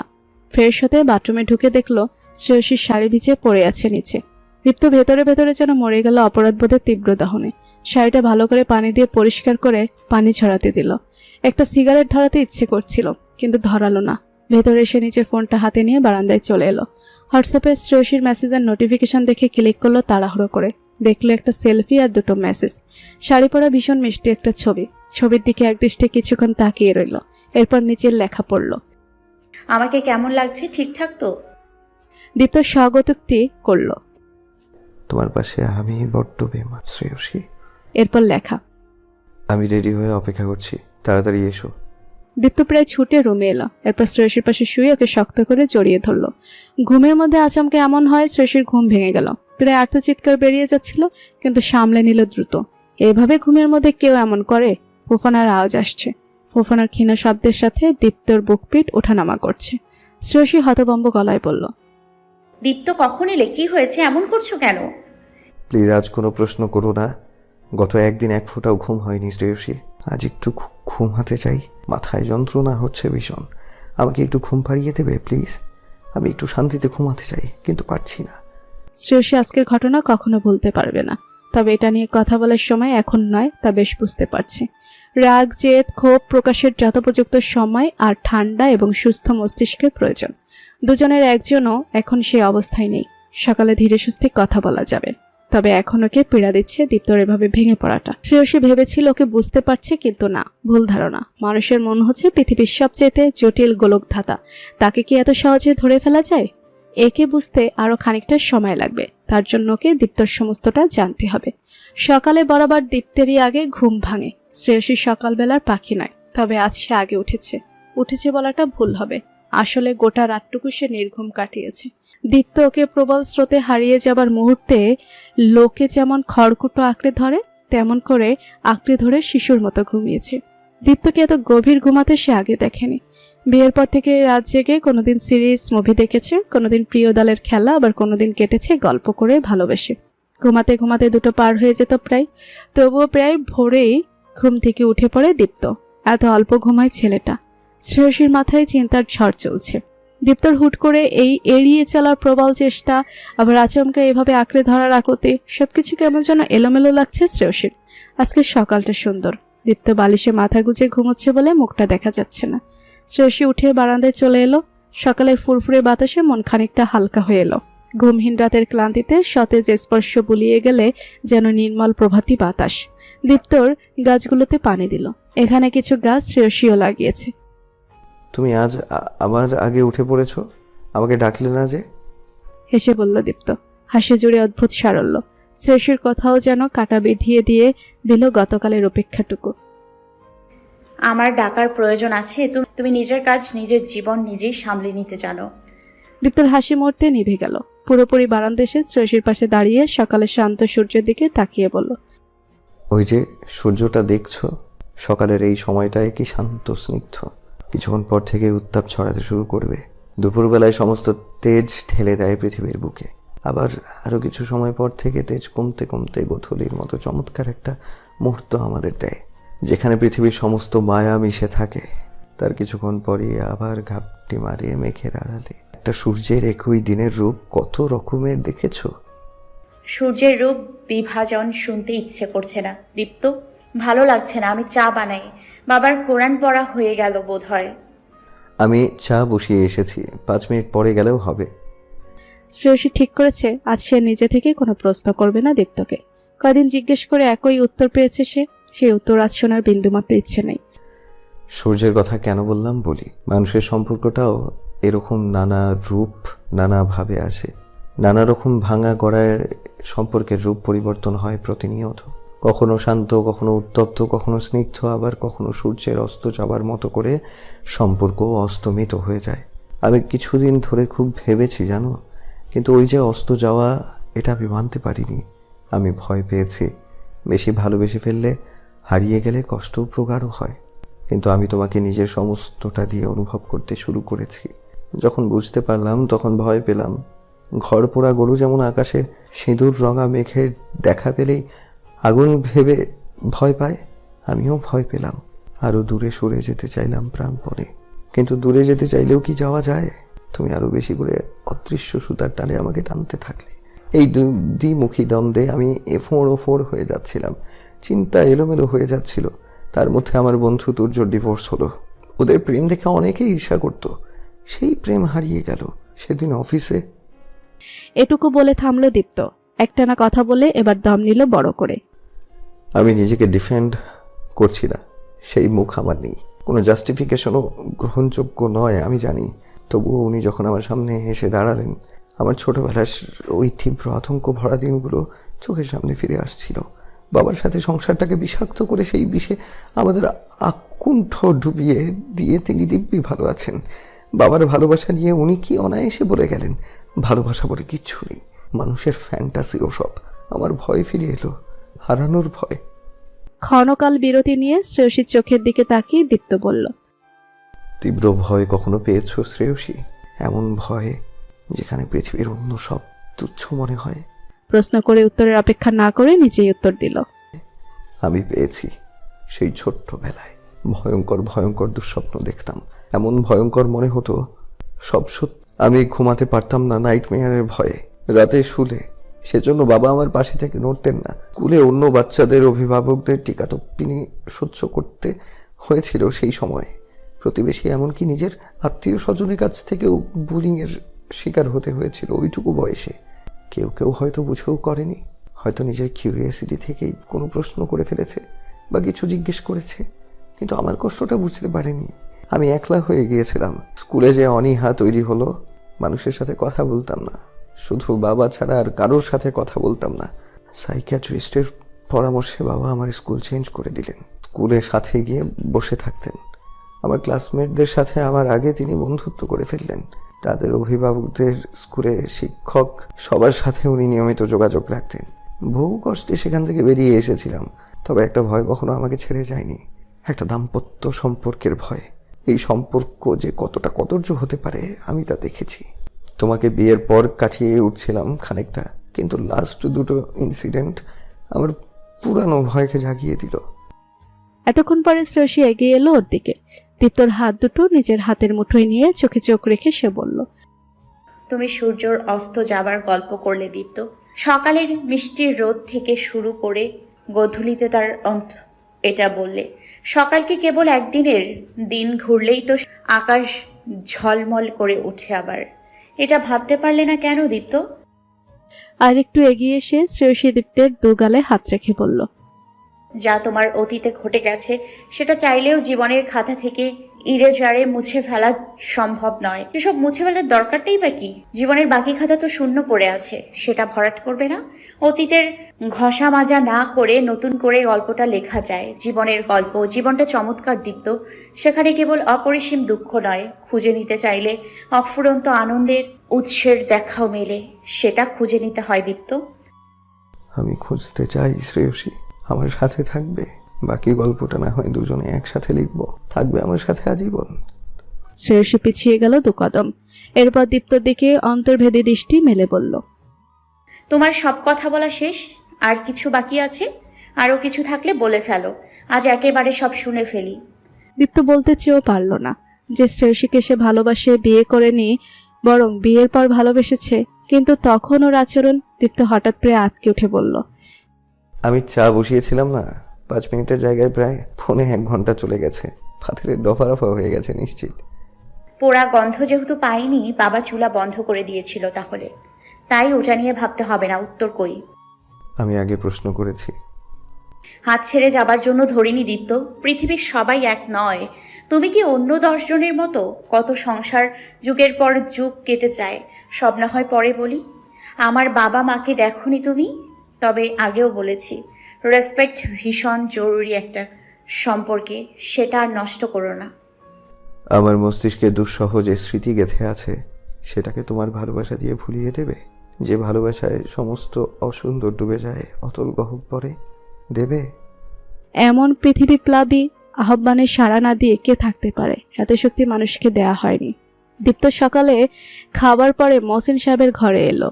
ওকে জরুরি ভিত্তিতে দেখা করতে বলেছিলেন তিনি। তখন বাবার মুখোমুখি হতে যতটা ভয় পেয়েছিল, এখন শ্রেয়সীর সাথে কথোপকথনের পরে তা অনেকটাই কেটে গেছে। বুকে সাহস ফিরে আসছে।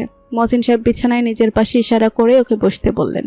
তিনি কথা শুরু করার আগে দীপ্তই বলল, বাবা, আমি সরি। দীপ্তর মাথা নিচের দিকে, সে তাকিয়ে আছে নিজের পায়ের দিকে। সরি, আমাকে বলে লাভ নেই দীপ্ত। তুই এখন এই যে মাথা নিচু করে আছিস, তোকে কি আমি এই শিক্ষা দিয়েছিলাম? এমন কাজ কেন করিস যখন নিজের কাছে নিজের মাথা হেঁট হয়ে যায়? মেয়েটা কতটা অপমানিত হয়েছে কালকে তোর ধারণা আছে? তোর সাথে যাবে বলে উৎসাহ নিয়ে রেডি হয়ে বসেছিল। ওর চোখ মুখ খুশিতে ঝলমল করছিল। শান্তার ফোন পেয়ে ও হাসি মুখে যে অপমানের ছায়া পড়ল, ওর দিকে আমি তাকাতেও পারছিলাম না। তোর জন্য আমাকে কতটা লজ্জায় পড়তে হলো। মেয়েটাও আমার সামনে বসে থাকতে পারলো না, পালিয়ে গেল। সম্পর্ক এত সহজ নয়, অনেক মূল্য দিতে হয়। দীপ্ত বিছানা থেকে উঠে বাবার পায়ের কাছে বসলো। তার কোলের উপরে মাথা রেখে নিশ্চুপ বসে রইল। গতকাল ওই শাড়িটা ভেজানো দেখে ওর ভেতরের ঝড় সাইক্লোনে পরিণত হয়েছিল।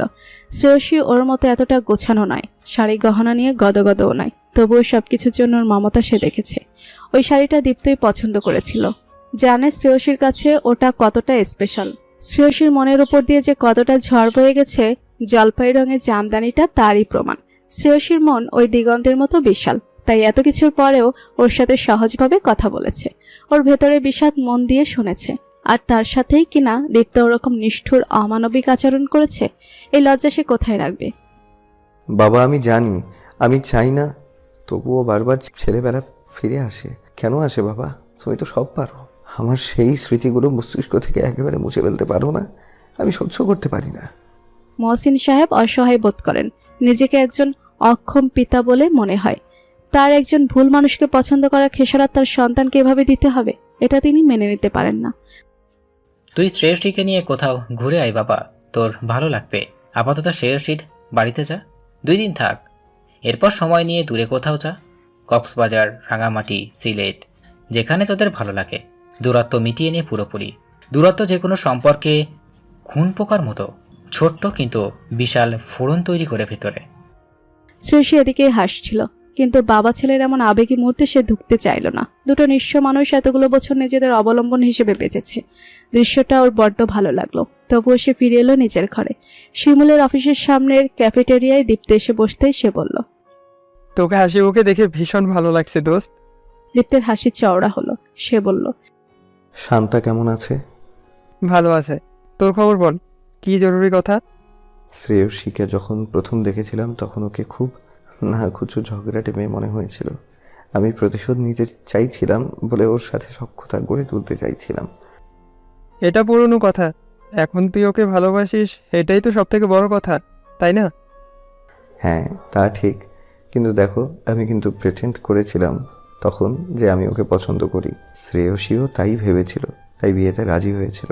কিন্তু তখন তো সত্যি সত্যি আমি ওকে ভালোবাসিনি। আমি মিথ্যে অভিনয় করতে করতে ওর প্রতি একটা সম্মানবোধ তৈরি হয়েছিল। ভেবেছিলাম সরে আসব, তার মধ্যে সব হয়ে গেল। আমার মধ্যে এটা নিয়ে একটা গিল্টি ফিলিং আছে। দীপ্ত, তুই একজনের অনুভূতি নিয়ে খেলতে চেয়েছিলি, যা অন্তত অন্যায় ছিল। কিন্তু এখন ব্যাপারটা ভুলে যা। এখন তুই ওকে ভালোবাসিস, হয় ওকে তুই নিজেই একদিন জানিয়ে দে, না হয় বেমালুম ভুলে যা, স্রেফ ভুলে যা। দীপ্ত কিছু বলতেই যাচ্ছিল, একটা পরিচিত কণ্ঠস্বর মুখ তুলে তাকিয়ে দেখল সৌম্য। সৌম্য, তুই কখন? তোর সাথে একটা দরকার ছিল শিমুল, সেই জন্যই তোর অফিসের দিকে এসেছিলাম। তোদের দুজনকে গভীর আলোচনায় মধ্য দেখলাম, ভাবলাম অপেক্ষা করি, তাই পাশে দাঁড়িয়েছিলাম। দীপ্তর ভেতরটা অস্থির হয়ে উঠল। আর মুখভঙ্গি লক্ষ্য করে শিমুল পরিস্থিতি সামলানোর জন্য বলল, কেন এসেছিস বল। এসেছিলাম তো অন্য একটা দরকারে, কিন্তু পেয়ে গেলাম অন্য কিছু। আহারে, প্রিয়সের জন্য খারাপ লাগছে। আমার পাত্রী বাগিয়ে নিয়ে বিয়ে করলি, মেয়েটা ঠকে গেল। দীপ্ত উঠে দাঁড়িয়েছে, হাত মুঠো করে নিজেকে শান্ত রাখতে, কিন্তু পারছে না। দাঁতে দাঁত চেপে বলল, সৌম্য, একটা বাজে কথাও বলবি না তুই। বাজে কথা? সত্যি কথাই তো বললাম। আর তুই নিজেই তো একটু আগে বললি কথাগুলো। তুই করতে পারবি, আমি বললেই দোষ? দীপ্তর ভেতরে আবারও ভয়ে জেগে বসেছে। প্রচন্ড রাগে মাথা ফেটে যাচ্ছে। ওর ওই লাল্ট মার্কা চেহারা দেখে পটেছে নিশ্চিত। এটাই মেয়েদের সমস্যা। দীপ্ত শ্রেয়সীকে চেনে, তাই ওকে নিয়ে এ ধরনের কথা ওর সহ্য সীমার বাইরে। আর ওর সামনে দাঁড়িয়ে ওর স্ত্রীকে নিয়ে কেউ কথা বলবে আর সে দাঁড়িয়ে দাঁড়িয়ে দেখবে, এতটা অক্ষম সে নয়। দীপ্ত ওর মুঠো পাকানো হাত দিয়ে সৌম্যর মুখ লক্ষ্য করে ঘুষি চালিয়ে দিল। সৌম্য তেড়ে এলো। দীপ্তর ঠোঁট থেকে রক্ত গড়িয়ে পড়ছে। শিমুলের নিয়ন্ত্রণের বাইরে চলে গেল পরিস্থিতি। দীপ্তর অতিরিক্ত রাগকে আরও উস্কাচ্ছিল সৌম্য। দীপ্ত ওর চেপে ধরে আরেকবার ঘুষি মারতে গেল, কিন্তু সৌম্যর কথা শুনে ওর হাত থেমে গেল। তোর বউ যদি এইসব শুনে কি হবে দীপ্ত? নিজেকে নিয়ে তো খুব দ্বন্দ্ব, তাই না? আমার গায়ে হাত দিয়ে তুই একদম ঠিক করিসনি। দীপ্ত পিছিয়ে এলো, চিৎকার করে বলল, তুই ওকে কিচ্ছু বলবি না। সৌম্যর মুখে পৈশাচিক হাসি। শিমুল বলল, তুই তো বিয়ে করেছিস, এখন এসব কেন তুলছিস সৌম্য? ফুঁসে উঠল সৌম্য। কেন? অপমানবোধ শুধু তোর আছে, আমার নেই? আমি অপমানিত হইনি? আমি কিছুই করব না, ভয় পাস না দীপ্ত। শুধু তোর বউকে সত্যি কথাটা বলবো। ও শুধু জানুক এত বেছে বেছে কাকে বিয়ে করছে। ওর ফোন নাম্বারটা আমার কাছে এখনো আছে। ওর মুখের হাসিটা ফিরে এলো। দীপ্ত নরম হয়ে এলো মুহূর্তে। সৌম্য প্লিজ, আমি তোকে রিকোয়েস্ট করছি। সৌম্য সশব্দে হেসে ফেলল। দাম্ভিক লোকেরা রিকোয়েস্টও করতে জানে। আর একটু ভালো করে রিকোয়েস্ট করতো, আমার মন পরিবর্তন হতেও পারে। দেখতে বড্ড মনোরম লাগছে। এখনকার মাঠটাও ভুলে যাইনি আমি। দীপ্ত একটা ঘোরের মধ্যে আছে, কোনো অনুভূতি কাজ করছে না। শুধু শ্রেয়সীর চোখে জল সে সহ্য করতে পারবে না। সে 2 হাত একসাথে জড়ো করে স্ফুট স্বরে বলল, সরি। সৌম্য দীপ্তর এই অসহায়ত্ব তাড়িয়ে তাড়িয়ে উপভোগ করছিল। শিমুলের পক্ষে আর সহ্য করা সম্ভব হলো না। সৌম্যকে ঠেলে গায়ের জোরে সরিয়ে নিয়ে যাচ্ছিল।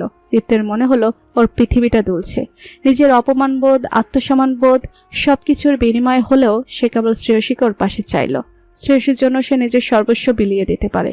দীপ্ত চেয়ারে বসে পড়ল। দৃষ্টিতে এক পৃথিবীর শূন্যতা। চারপাশে অনেকেই ওদের দেখছে। অতি উৎসাহী কেউ কেউ মুঠোফোনে ভিডিও করছিল। এসব কিছুই দীপ্তর মাথায় ঢুকছে না। ওর কেবলই মনে হচ্ছে সব শেষ হয়ে গেল। চারপাশ জুড়ে ভয়াবহ স্থবিরতা যেন। দীপ্তর সমস্ত অনুভূতি অসাড় হয়ে আছে। শিমুলের ডাকে কেবল মাথা নাড়ায়।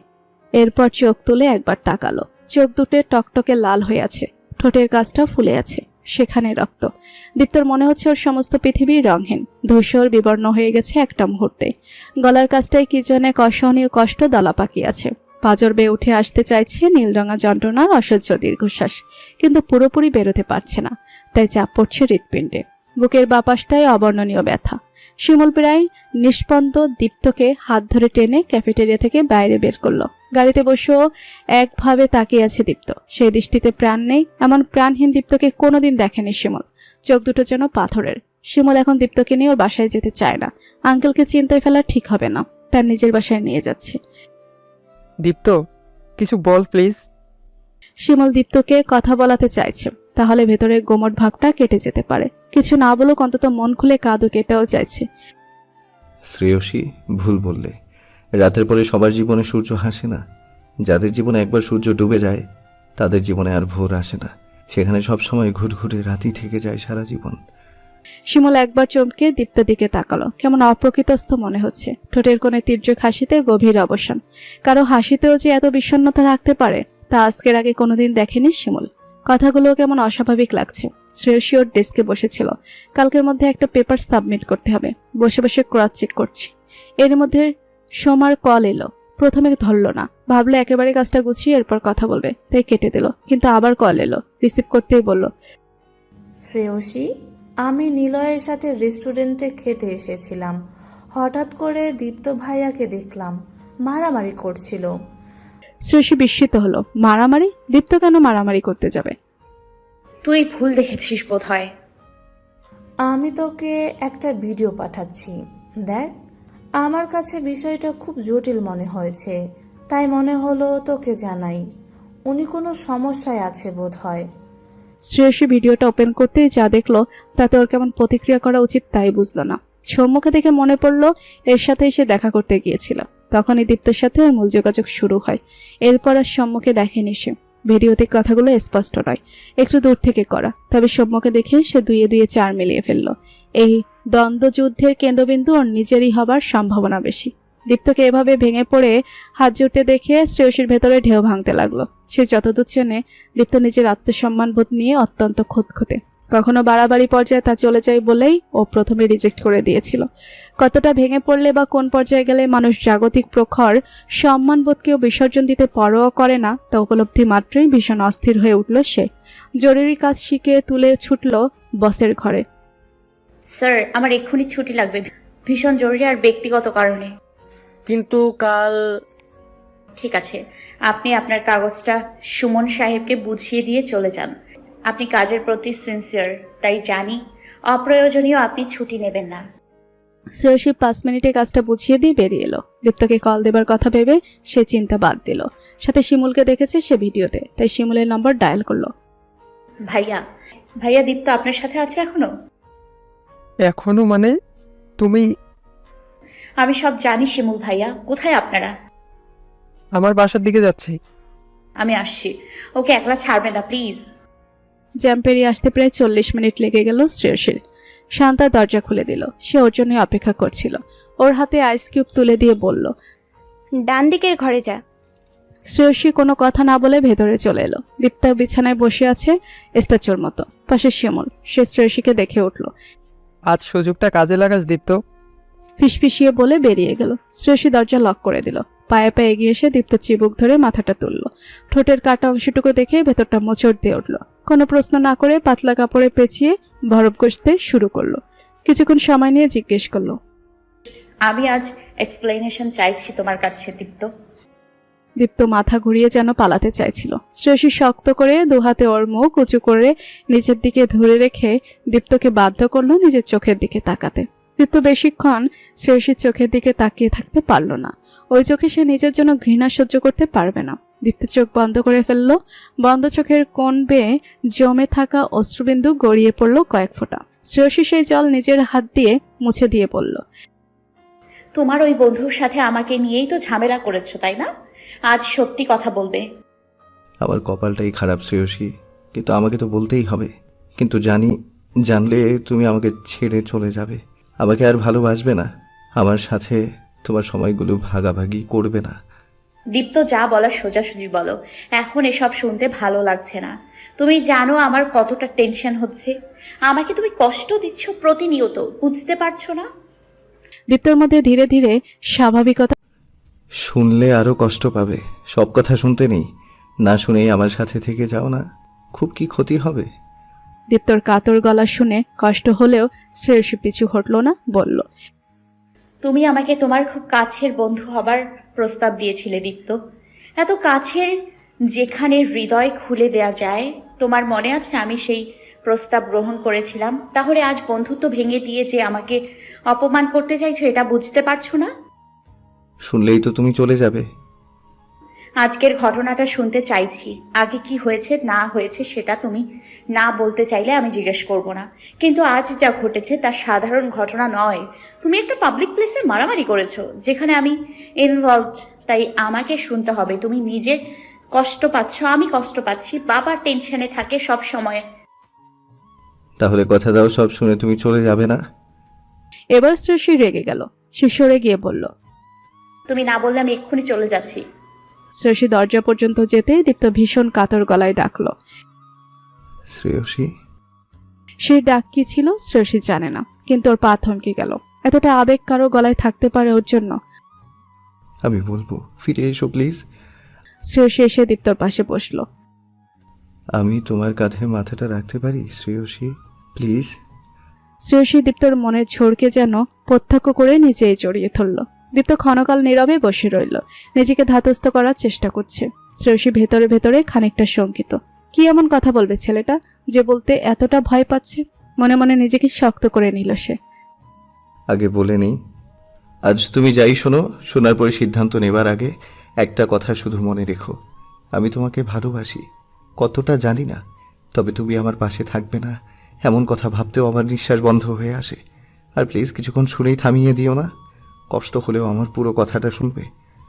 শ্রেয়সীর ভেতরে আশঙ্কার মেঘ গাঢ় হলো, কিন্তু দীপ্তকে কথা বলার সুযোগ দিল। দীপ্ত ওদের দেখা হওয়া থেকে শুরু করে আজকের সৌম্যর সাথে ঘটে যাওয়ার সমস্ত ঘটনা খুব মন দিয়ে শুনল। প্রথম দিকে দীপ্তর ওকে নিয়ে ভাবনা শুনে ভীষণ রাগ হয়েছে, মনে হয়েছে সব ছেড়ে ছুড়ে চলে যায়। আবার পরবর্তীতে দীপ্তর পরবর্তীত অনুভূতি শুনে মনে প্রশান্তি এসেছে। সব শেষে সেই রাগ এখন রয়ে গেছে, তবুও দীপ্তকে সে এড়িয়ে যেতে পারছে না। শ্রেয়সী দীপ্তকে প্রথম দেখায় ভেবেছিল সেলফ অবসেসড, প্রচণ্ড দাম্ভিক আর অহংবোধ সম্পন্ন একজন মানুষ, কিন্তু ওর সাথে মিশতে গিয়ে বুঝেছিল দীপ্ত আসলে সেলফিশের মতো, যার বাইরেটা শক্ত খোলসে আবৃত, ভেতরে ভীষণ নরম আর সংবেদনশীল এক মন আছে, যে আসলে ভালোবাসার কাঙাল, যাকে বিন্দুসম ভালোবাসলে সে ফিরিয়ে দেয় এক সমুদ্র। বিয়ের পরে আস্তে আস্তে উপলব্ধি করেছে দীপ্তর ভেতরে ভঙ্গুর সত্তাকে, যে ভেতরে সেই ভঙ্গদশা লুকাতেই নিজেকে খোলসের আড়ালে ঢেকে রাখতে চায়। আজ সেই ভাবনা আরো পাকাপোক্ত হলো। শ্রেয়সী বুঝতে পারল এই বিষাদে ঘেরা রাজপুত্র সে নিজে কতটা ভালোবাসে। দুজন মানুষের ভালোবাসা একসাথে মিলে তৈরি হয়েছে এক প্রবল চুম্বকীয় বল, যা পরস্পরকে পরস্পরের দিকে টানছে। সেই শক্তিশালী ভালোবাসাকে পায়ে দোলে চলে যাবার মতো বোকামি সে করবে না, তবু এই দোটানা সে চায় না। এমন ভঙ্গুর দীপ্তকেও সে প্রতিনিয়ত ধুকে ধুকে ক্ষয়ে যেতে দেখতে পারবে না। এর অবসান প্রয়োজন, একটা স্থায়ী সমাধান প্রয়োজন, অন্তত সামনের মানুষটার সদিচ্ছা প্রয়োজন। সেজন্য শ্রেয়সীর খানিকটা সময় প্রয়োজন। তুমি আমাকে ছেড়ে চলে যাবে না তো? আবারও এই প্রশ্ন করল দীপ্ত। শ্রেয়সী একটা দীর্ঘশ্বাস ফেলে বলল, আমার 2 দিন সময় লাগবে ভাবতে। এখনই আমি এই বিষয়ে আর কোনো কথা বলতে চাই না। একটা কথা শুধু জিজ্ঞেস করতে চাই, তুমি আমাকে ভালোবাসো ঠিক আছে, কিন্তু নিজেকে ভালোবাসো না। নিজের ভালোবাসা শিখতে হবে, সেটা শিখবে, কথা দাও, যাতে আমি ভাবতে পারি। তোমার এই কথাটা যদি বিয়ের আগে বা তখনই আমাকে বলে দিতে, আমার খারাপ লাগতো না। এখন এটার জন্য যতটা খারাপ লাগছে তার চাইতে বেশি খারাপ লেগেছে তোমার কয়দিন পর পর আমাকে উপেক্ষা করাটা। এবার চলো বাসায় যাই। শ্রেয়সীর প্রস্তাবে দীপ্ত উঠে দাঁড়ালো। আজ বলতে পেরে নির্ভার লাগছে। শ্রেয়সীটা ভীষণ চাপা স্বভাবের। ওর মুখ দেখে মনের থই পাওয়া যায় না। তবুও ভাবার জন্য যে সময় নিয়েছে এটাও দীপ্তর জন্য একটা সুযোগ। পরের দুদিন শ্রেয়সী ভাবল, কিছু জায়গায় দৌড়াদৌড়ি করলো। দীপ্তর সাথে খুব একটা কথা বলল না। আজ দীপ্তকে বলল। আমি আমার চূড়ান্ত সিদ্ধান্ত নিয়ে ফেলেছি। দীপ্ত নিজের উদ্গত ভয়কে চেপে রেখে বলল। বলো। ওর ধারণা শ্রেয়সীকে সে হারিয়ে ফেলবে। এই 2 দিনের নির্লিপ্ততায় তাই মনে হয়েছে, কিন্তু মুখ ফুটে সে নিজে তা বলল না। চূড়ান্ত রায় শুনতে উৎকর্ণ হলো। আমি এখানে থাকবো কি থাকবো না সেটা তোমার সিদ্ধান্তের উপর নির্ভর করছে। কি সিদ্ধান্ত? অবচেতনায় বলে দীপ্ত। আমি তোমাকে একজনের কার্ড দেব, এখন তুমি তার সাথে দেখা করবে। কে? শ্রেয়সী একটা ভিজিটিং কার্ড ওর হাতে দিল। দীপ্ত দেখল সেটা। নীলুফুর রাহান, মনোরোগ বিশেষজ্ঞ। দীপ্ত দপ করে চলে উঠল। শ্রেয়সী, তোমার ধারণা আমি পাগল হয়ে গেছি? আমার মানসিক ভারসাম্য হারিয়ে যাচ্ছে? তুমি একজন ম্যাচিওর মানুষ দীপ্ত, তুমি সবটা বোঝো। আমার প্রতি তোমার বিশ্বাস নেই? আছে, কিন্তু আমি কোনো সাইকিয়াট্রিস্টের কাছে যাব না। তুমি যাবে কিনা বলো। যদি রাজি হও তাহলে আমি আছি, না রাজি হলে চলে যাব। ব্যাগ গোছানো আছে। যখন মনে হবে তুমি রাজি তখন আমাকে ডেকো, আমি ফিরে আসব। আমি যাব না। আসি তাহলে, ভালো থেকো, নিজের যত্ন নিও। তুমি কথা দিয়েছিলে নিজেকে ভালোবাসবে, কিন্তু কথা রাখতে পারলে না। দীপ্ত দেখল শ্রেয়সী সত্যিই চলে যাচ্ছে, বড় ব্যাগ সাথে। ওরও যাবার কথা ছিল সাথে, কিন্তু একবারও জিজ্ঞেস করেনি সে যেতে চায় কিনা। কার্ডটা হাতে নিয়ে সে বসে পড়ল মেঝেতে। বেরিয়ে এসে শ্রেয়সীর ভীষণ কষ্ট হচ্ছিল, কিন্তু কিছু করার নেই। শ্রেয়সী চায় দীপ্ত অন্তত চেষ্টা করুক, নিজের উপরে নিজের আত্মবিশ্বাস ফিরে আসুক, নিজে নিজে গুমড়ে গুমড়ে শেষ হয়ে যাওয়ার যন্ত্রণা দীপ্তর পিছু ছাড়ুক। সফল হলো না বিফল হলো তা কেবল সৃষ্টিকর্তার হাতে, কিন্তু চেষ্টাটুকু করতে দোষ কোথায়? বাধ্য হয়ে ওকে হার্ড লাইনে যেতে হলো। তবুও ভীষণ কষ্ট হচ্ছে। 2 দিন ধরে শ্রেয়সী নেই। দীপ্ত আজ শোয়া হয়ে ল্যাপটপ নিয়ে নেটফ্লিক্সের সিরিজ দেখতে বসলো। Nail biting thriller series. ওর জন্য এটা মাখন টাইপের জিনিস, কিন্তু কিছুতেই মন বসাতে পারলো না। উঠে চা বানিয়ে নিয়ে এসে আবারও বসলো, কিন্তু লাভ হচ্ছে না।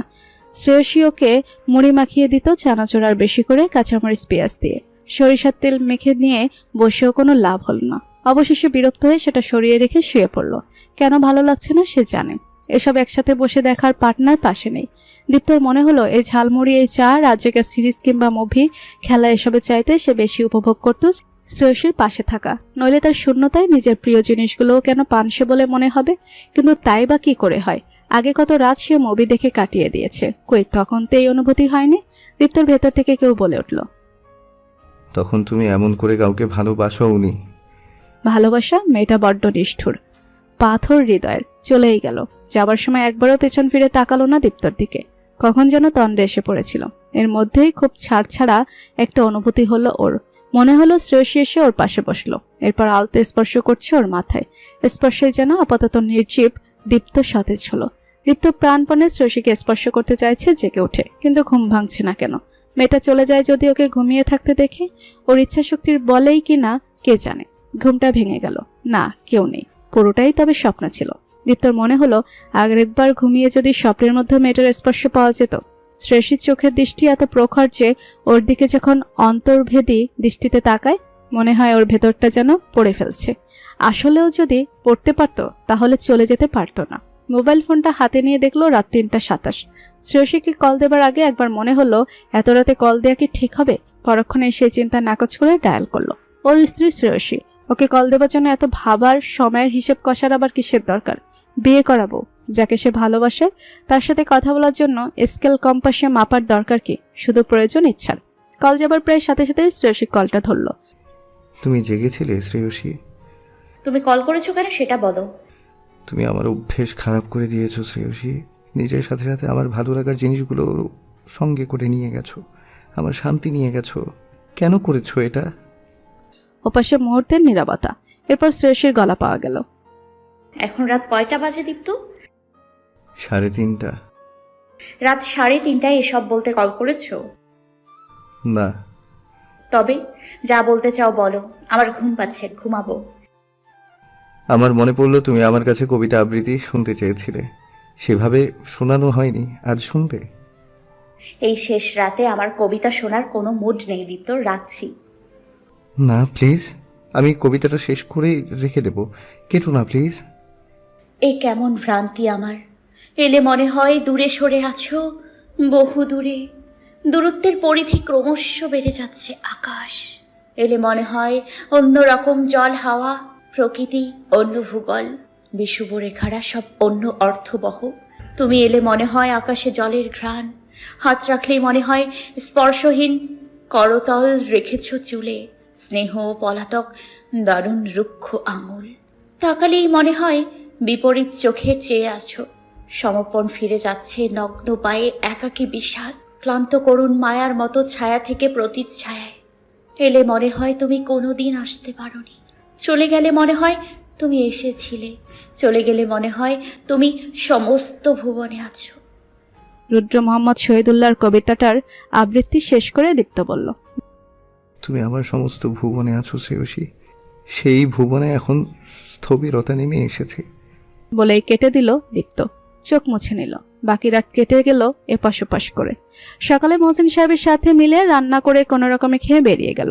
খেতেও অনীহা হচ্ছে আজকাল। দীপ্তর গলাটা ভীষণ দরাজ, গমগমে গলায় আবৃত্তি শুনতে শুনতে কেমন ঘোর লেগে যাচ্ছিল। বুকের কোথাও একটা কষ্ট দুমড়ে মুচড়ে ফেলছিল ওকে। দীপ্তর কল্পে ভেবেছিল ছেলেটা ডাক্তার দেখাতে রাজি হয়ে গেছে, কিন্তু ওই কথা ধারে পাশেও গেল না। কল ধরাটাই ঠিক হয়নি। কবিতা শোনানোটা আসলে ওর অজুহাত ছিল। শ্রেয়সীর সাথে কথা বলার জন্য এতটা ছুতোর দরকার ছিল, তাই এটা করেছে। আবার কবিতার সাহায্য নিয়ে নিজের ভেতরের আকুতিটুকুও প্রকাশ করেছে। এত সব ছাপিয়ে একটা কথা শ্রেয়সীর মস্তিষ্কে গেঁথে আছে। নিজের সাথে সাথে আমার ভালো লাগার জিনিসগুলো সঙ্গে করে নিয়ে গেছো, আমার শান্তি নিয়ে গেছো। সত্যি কি তাই? নিজের প্রশান্তিটুকুও তো সে রেখে এসেছে ওখানে। দিনগুলো কাটে অপেক্ষা করে। একটা রবীন্দ্রসঙ্গীত মায়ের ঘরে বাজছে। দিবস রজনী আমি যেন কার আশায় আশায় থাকি। কাকতালীয়ভাবে শ্রেয়সীর মনের সাথে মিলে গেল গানটা। রাতে খাবার টেবিলে ভাত নাড়াচাড়া করছিল বলে মা বললেন, কি রে, খাচ্ছিস না কেন? আবারও খেতে চেষ্টা করলো, কিন্তু খাবার গলা দিয়ে নামছিল না। সে বলল, মা একটু রুমে থেকে আসি, তারপর খাই। তিনি মেয়ের অদ্ভুত কাণ্ড কারখানা দেখেন। শ্রেয়সী এসে মহসিন সাহেবকে কল দিল। বাবা কেমন আছো তুমি? ভালো। তুই কবে ফিরবি? আমি তো ফিরতেই চাই, বাকিটা তোমার ছেলের উপরে। হ্যাঁ, তুই বলেছিস। তোমার ছেলে খেয়েছে বাবা? খাইয়ে দিয়েছিস জোর করে? তুই খেয়েছিস তো? তোর তো অফিস। ঠিক করেছি, ঢাকায় ফিরে কদিন ছোট খালামণির বাসায় থাকবো। শ্রেয়সী এবার এসে খেতে বসলো। শুনেছি সকালে খায়নি দীপ্ত। আজ আবার রাত 3টার পরে কল এসেছে। শ্রেয়সী ধরল না আজ। প্রশ্রয় দিলেই গড়বড় করবে এই ছেলে, কিন্তু অনবরত বাঁচতে থাকলো। এরপর দেখলো দীপ্ত নাই, বাসার দারোয়ানের কল। কি হলো দেখার জন্য সে কল রিসিভ করতে করতে বারান্দা এলো। এখান থেকে আধো আলোয় মানুষটাকে চিনতে বিন্দুমাত্র অসুবিধা হচ্ছে না শ্রেয়সীর। দীপ্ত ঢুকছে বাসায়। শ্রেয়সী আর কিছু না শুনে দীপ্তকে কল দিল। তুমি আমার বাসার সামনে কেন? শ্বশুর বাড়ি আসতে পারি না? শ্বশুর বাড়ি কি দরকার? তুমি এত বাসান কেন শ্রেয়সী? এতটা পথ জার্নি করে এসেছি, তুমি বাসায় ঢুকতে দিচ্ছ না। কলিং বেল বাজিয়ে বাবা মার ঘুম নষ্ট করতে হবে এখন। শ্রেয়সী দরজা খুলে দিল। দীপ্ত এত দ্রুত ঘরে ঢুকে দরজাটা লাগিয়ে ওকে দৃঢ় আলিঙ্গনে বেঁধে নিল। আমি ভালো ছিলাম না শ্রেয়সী, অনেকদিন পর শান্তি পেলাম এই মুহূর্তে। কেন এসছো? তোমাকে ফেরাতে। আমি তো বলেছিলাম আমি ফিরবো। আমি সাইকিয়াট্রিস্টের অ্যাপয়েন্টমেন্ট নিয়েছি, কিন্তু আমি ভয় পাই। আমি চাই তুমি সেই সময়টা আমার পাশে থেকে আমাকে সাহস দাও। এবার শ্রেয়সী আলিঙ্গনে ফিরিয়ে দিল। মুহূর্তের জন্য সমস্ত দুনিয়া বিস্তৃত হয়েছিল ওদের জন্য। শ্রেয়সীর মনে হলো বাবা মার ঘুম যে কোনো মুহূর্তে ভাঙবে, তাই সরে এসে দীপ্তকে নিয়ে নিজের ঘরে এলো। বহুদিন পর দীপ্ত অকাতরে ঘুমাচ্ছে। খুব ভোরে ওঠা দীপ্ত আজ বেলা 8:30 গড়িয়ে গেল ওঠেনি। শ্রেয়সী ওর পাশে এসে বসলো। নির্নিমেষ চেয়ে রইল দীপ্তর ঘুমান্ত মুখের দিকে। 1000 বছর ধরে পথ চলে আজ যেন দুদণ্ড শান্তি এসে ভিড়েছে দীপ্তর চোখে মুখে, মন মননে। হয়তো কোনো ভালো স্বপ্ন দেখেছে ছেলেটা। এক চিলতে হাসি ঠোঁটের কোণে এসে ঝলমল করছে। শ্রেয়সীর ভীষণ মায়া হলো। এই ঘুমটা ভাঙাতে ইচ্ছে করলো না। এমনিতেই খুব কম ঘুমায় দীপ্ত, আজ বরং আর একটু ঘুমিয়ে নিক। আনমনেই শ্রেয়সী হাত রাখল চুলে। চুলগুলো রুক্ষ আর উস্কো খুস্কো হয়ে আছে। কয়দিন চুলে শ্যাম্পু করেনি কে জানে। গতকাল এসেছেও বিধ্বস্ত অবস্থায়। পারফেকশন মেনটেন করা ছেলের সমস্ত অবয়ব জুড়ে যে চাপা যন্ত্রণাটা এতকাল ছিল তা অত্যন্ত জীর্ণরূপে প্রকাশিত হয়েছে। তবু অদ্ভুত এক টান, কি প্রবল উঠা পড়া হয় হৃদয়ে। সেই টান এতটাই পরাক্রমশীল যে এই মুখের দিকে এভাবেই তাকিয়ে যেন সহস্র বছর কাটিয়ে দেয়া যায়। শ্রেয়সী এই কয়েকদিনে খুব ভেবেছে, ওদের পরিচয় থেকে পরপর ঘটে চলা সমস্ত ইনসিডেন্ট নিয়ে ভেবেছে। ভেবে একটা সিদ্ধান্তে সে আসতে পেরেছে, তা হলো দীপ্তকে ভালোবাসে, পাগলের মতো ভালোবাসে। সে ভালোবাসা কবে থেকে হলো সেটা কি নিয়ে ভেবে এই প্রাবল্যটুকু অস্বীকার সে কখনো করবে না। তবে ওর এতটুকু বিশ্বাস, বিয়ের রাতে যখন প্রথমবার দীপ্তর কাছাকাছি এসেছিল সেদিন সেই চোখ জোড়ায় সে ভালোবাসাই দেখেছিল। এতে ওর ভুল নেই।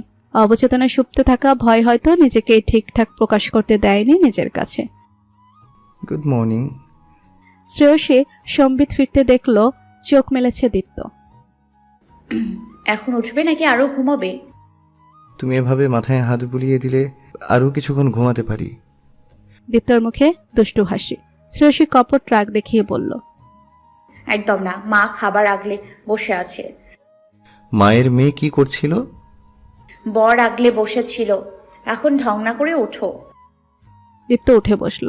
এরপর শ্রেয়সীর গালে ঠোঁট ছুঁয়ে ফিস ফিস করে বলল, আজ অনেক দিন পরে সূর্য হাসছে, দেখতে পাচ্ছ শ্রেয়সী? শ্রেয়সী ঠিক এভাবেই ভালোবাসা ফিরিয়ে দিয়ে বলল, স্পষ্ট দেখতে পাচ্ছি, মেঘের ছায়া কেটে স্নিগ্ধ ভোর নামছে আমাদের পৃথিবী জুড়ে। উষ্ণ আলিঙ্গনে সুন্দর রৌদ্রোজ্জ্বল দিনের সমস্ত রোদ হৃদয়ে ধারণ করে একটা সুন্দর সকাল শুরু হলো আজ। আজ দীপ্তর শ্রেয়সী যাচ্ছে নীলুফার রায়হানের চেম্বারে। মহসিন সাহেবও সাথে যেতে চেয়েছিলেন, কিন্তু দীপ্ত নিষেধ করে দিয়েছে। শ্রেয়সী গাড়িতে বসে বলল, তুমি বাবাকে ওভাবে বললে কেন? কষ্ট পেয়েছেন? এলে আরও কষ্ট পেত শ্রেয়সী। ওখানে আমাকে এমন কিছু বলতে হবে যা বাবার জন্য এই বয়সে এসে শোনাটা ঠিক হবে না। আবার একই কষ্টের মধ্য দিয়ে তাকে আমি যেতে দিব না। আমি ছোট ছিলাম, আমার কষ্টগুলো বাবা সামলে নিয়েছে, কিন্তু বাবাকেও তো ভয়ঙ্কর মানসিক চাপের মাঝখান দিয়ে যেতে হয়েছে, লড়াই করে বাঁচতে হয়েছে। পুরনো ক্ষত নতুন করে তাজা না হোক। শ্রেয়সী দীপ্তর দিকে আরেকবার তাকালো ভালো করে। ওর ভেতরের সংবেদনশীল মনের সন্ধান সে আগেই পেয়েছিল, আজ আরেকবার পেল। গত কিছুদিন সেই সংবেদনশীলতাটুকুই ঢাকা পড়েছিল ভয় নামক এক কালো ছায়ার আড়ালে। শ্রেয়সী চায় সেই কালো ছায়াটুকু সে বাক্সবন্দি করে ফেলে আসবে সহস্র আলোকবর্ষ দূরের কোনো এক কাল কোঠরেতে, যেখান থেকে তার দীপ্ত জীবনে ফিরে আসার পথ খুঁজে পাবে না। চেম্বারে ঢোকার আগে যখন ওদের ডাক পড়ল, দীপ্ত শক্ত করে শ্রেয়সীর হাতটা ধরল, যেন নির্ভরতা খুঁজতে চাইল। শ্রেয়সী আলতো করে ভরসার স্পর্শ দিয়ে আগলে ভেতরে গেল। নীলুফার রায়হান হেসে ওদের অভিবাদন জানালেন। ভদ্রমহিলার চোখে মুখে ব্যক্তিত্বের ছাপ। স্পষ্ট সেরে হেসে বললেন, কেমন আছো প্রেয়সী? শ্রেয়সী মামার বন্ধুর বোন হচ্ছেন নীলুফার রহমান, তার মাধ্যমেই ওনাকে পাওয়া। বাড়িতে যাবার আগে শ্রেয়সী ওনার সাথে দেখা করে গেছে, তখনই প্রথম সামনাসামনির কথা। তবে তার আন্তরিকতা দেখলে মনে হয় বহুদিনের চেনা মানুষ। ভালো আন্টি, আপনি কেমন আছেন? ভালো। দীপ্ত, তোমাকে তুমি না বলে মাইন্ড করবে? মাথা নেড়ে না বোঝালো দীপ্ত। শ্রেয়সী ভেতরে ঢোকার আগে পরিচয় সূত্রকে দিয়েছিল। আগে জানাও, আমরা চা খেতে গল্প করি। নিজেই ফ্লাস্ক থেকে চা ঢেলে ওদের দিকে বাড়িয়ে দিলেন তিনি, নিজেও নিলেন এক কাপ। তুমি কেমন আছো দীপ্ত? দীপ্ত কিছুটা নার্ভাস ভঙ্গিতে বলল, ভালো আছি। নীলুফার রহমান মৃদু হাসলেন। তার হাসি প্রতিষেধকের মতো কাজ করলো খানিকটা। আমরা খুব স্বাভাবিক আলাপ পরিচয় করব দীপ্ত, নাথিং অ্যানইউজুয়াল। তোমারে দুটো কথা শুনবো। এই যা, বি নর্মাল, ওকে? মাথা নেড়ে সম্মতি দিল দীপ্ত। ওর হাত দুটো শ্রেয়সীর ডান হাত আবারও চেপে ধরল। শুনেছি তুমি খুব মুভি সিরিজ দেখো, তোমার কয়টা প্রিয় মুভির নাম বলো তো? দীপ্ত খানিকটা ভেবাচেকা খেয়ে গেল। সব মুভির নাম যেন ভুলে গেছে, তবুও যে কয়টা ইনস্ট্যান্ট মনে পড়লো তাই বলার চেষ্টা করলো। Forrest Gump, 12 angry man, life is beautiful. এরকম কিছু প্রশ্ন করে দীপ্তকে সহজ করে নিলেন। এরপর বললেন, তোমার ছোটবেলার গল্পটা আমাকে বলবে? দীপ্ত একবার শ্রেয়সীর দিকে তাকালো, সোজা চোখের দিকে। সেই চোখে নতুন করে অনেক আশা বসতি গেড়েছে। মনে মনে যাই থাকুক, সে ওই চোখে তাকিয়ে এরপর নীলুফার রহমানের দিকে তাকিয়ে সম্মতি জানালো। বলতে শুরু করলো যতটা ওর মনে আছে। শ্রেয়সী চেয়ে রইল দীপ্তর মুখের দিকে। সেখানে ক্ষণে ক্ষণে অভিব্যক্তি বদল হচ্ছে। কখনো সেখানে প্রগাঢ় বিষাদের ছাপ, কখনো নিদারুণ যন্ত্রণা, কখনো ভয়, কখনো স্বপ্নভঙ্গের ব্যথা। মা থেকেও হারিয়ে যাওয়া সমস্ত কষ্টগুলো যেন ওর চোখে মুখে লেখা আছে। অনেক কথা শ্রেয়সী আজ প্রথম শুনল। শুনে শিউরে উঠল কখনো কখনো। ফুটফুটে এক শিশুকে কি নিদারুণ কঠোরতা সহ্য করতে হয়েছিল, সমাজের কাছ থেকে, বন্ধুবেশী লোকের কাছ থেকে, এমনকি জন্মদাত্রীর কাছ থেকে। এমন পরিস্থিতি যেন কারো শত্রুরও না হয়। মনে মনে বলল শ্রেয়সী। সমস্ত সময় সে দীপ্তকে ভরসা দিয়ে গেল বিশ্বস্ত সহধর্মিণী হয়ে। নীলুফা রায়হান দীপ্তের কাছ থেকে সমস্ত ঘটনা শুনে ওর আগের মেডিকেল রিপোর্টগুলো রেখে 1 সপ্তাহ পরে আবার আসতে বলেছিলেন। আজ অর্থাৎ একদিন আগে শ্রেয়সী একাই এসেছে তার বাসায়। মামার কাছ থেকে একটা সুবিধা সে নিয়েছে। তাছাড়া তিনিও রাজি হয়ে গেছেন চেম্বারের উপর তলাতেই তিনি থাকেন।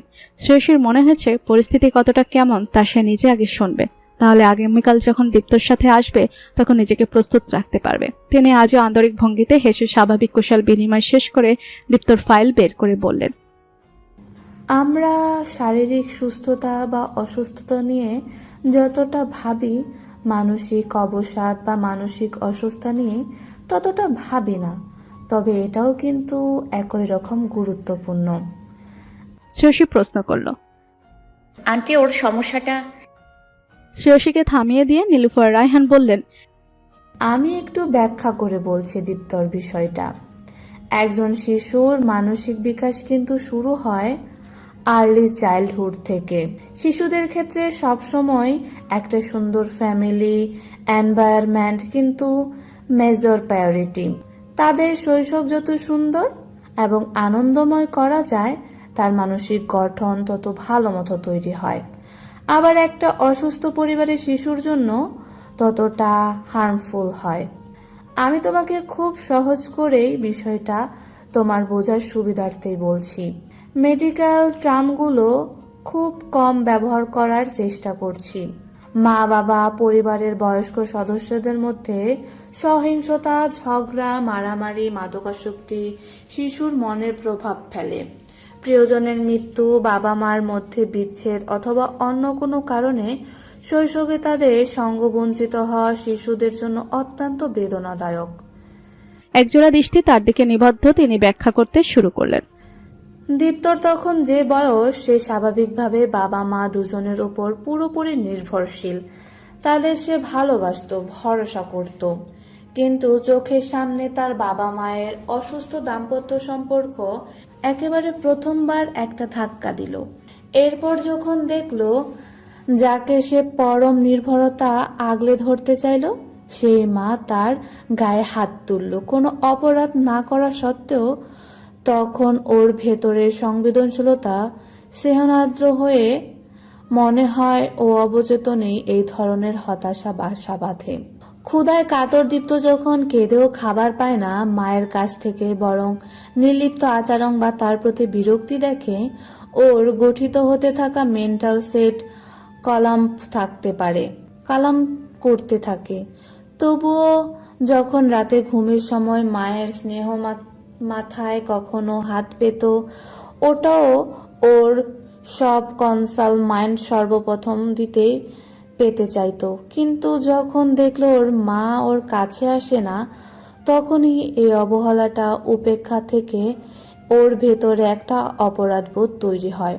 ওর মনে হতে থাকে নিশ্চয় কোনো ভুল করেছে, তাই ওর প্রিয় মানুষগুলো ওকে ছেড়ে গেছে।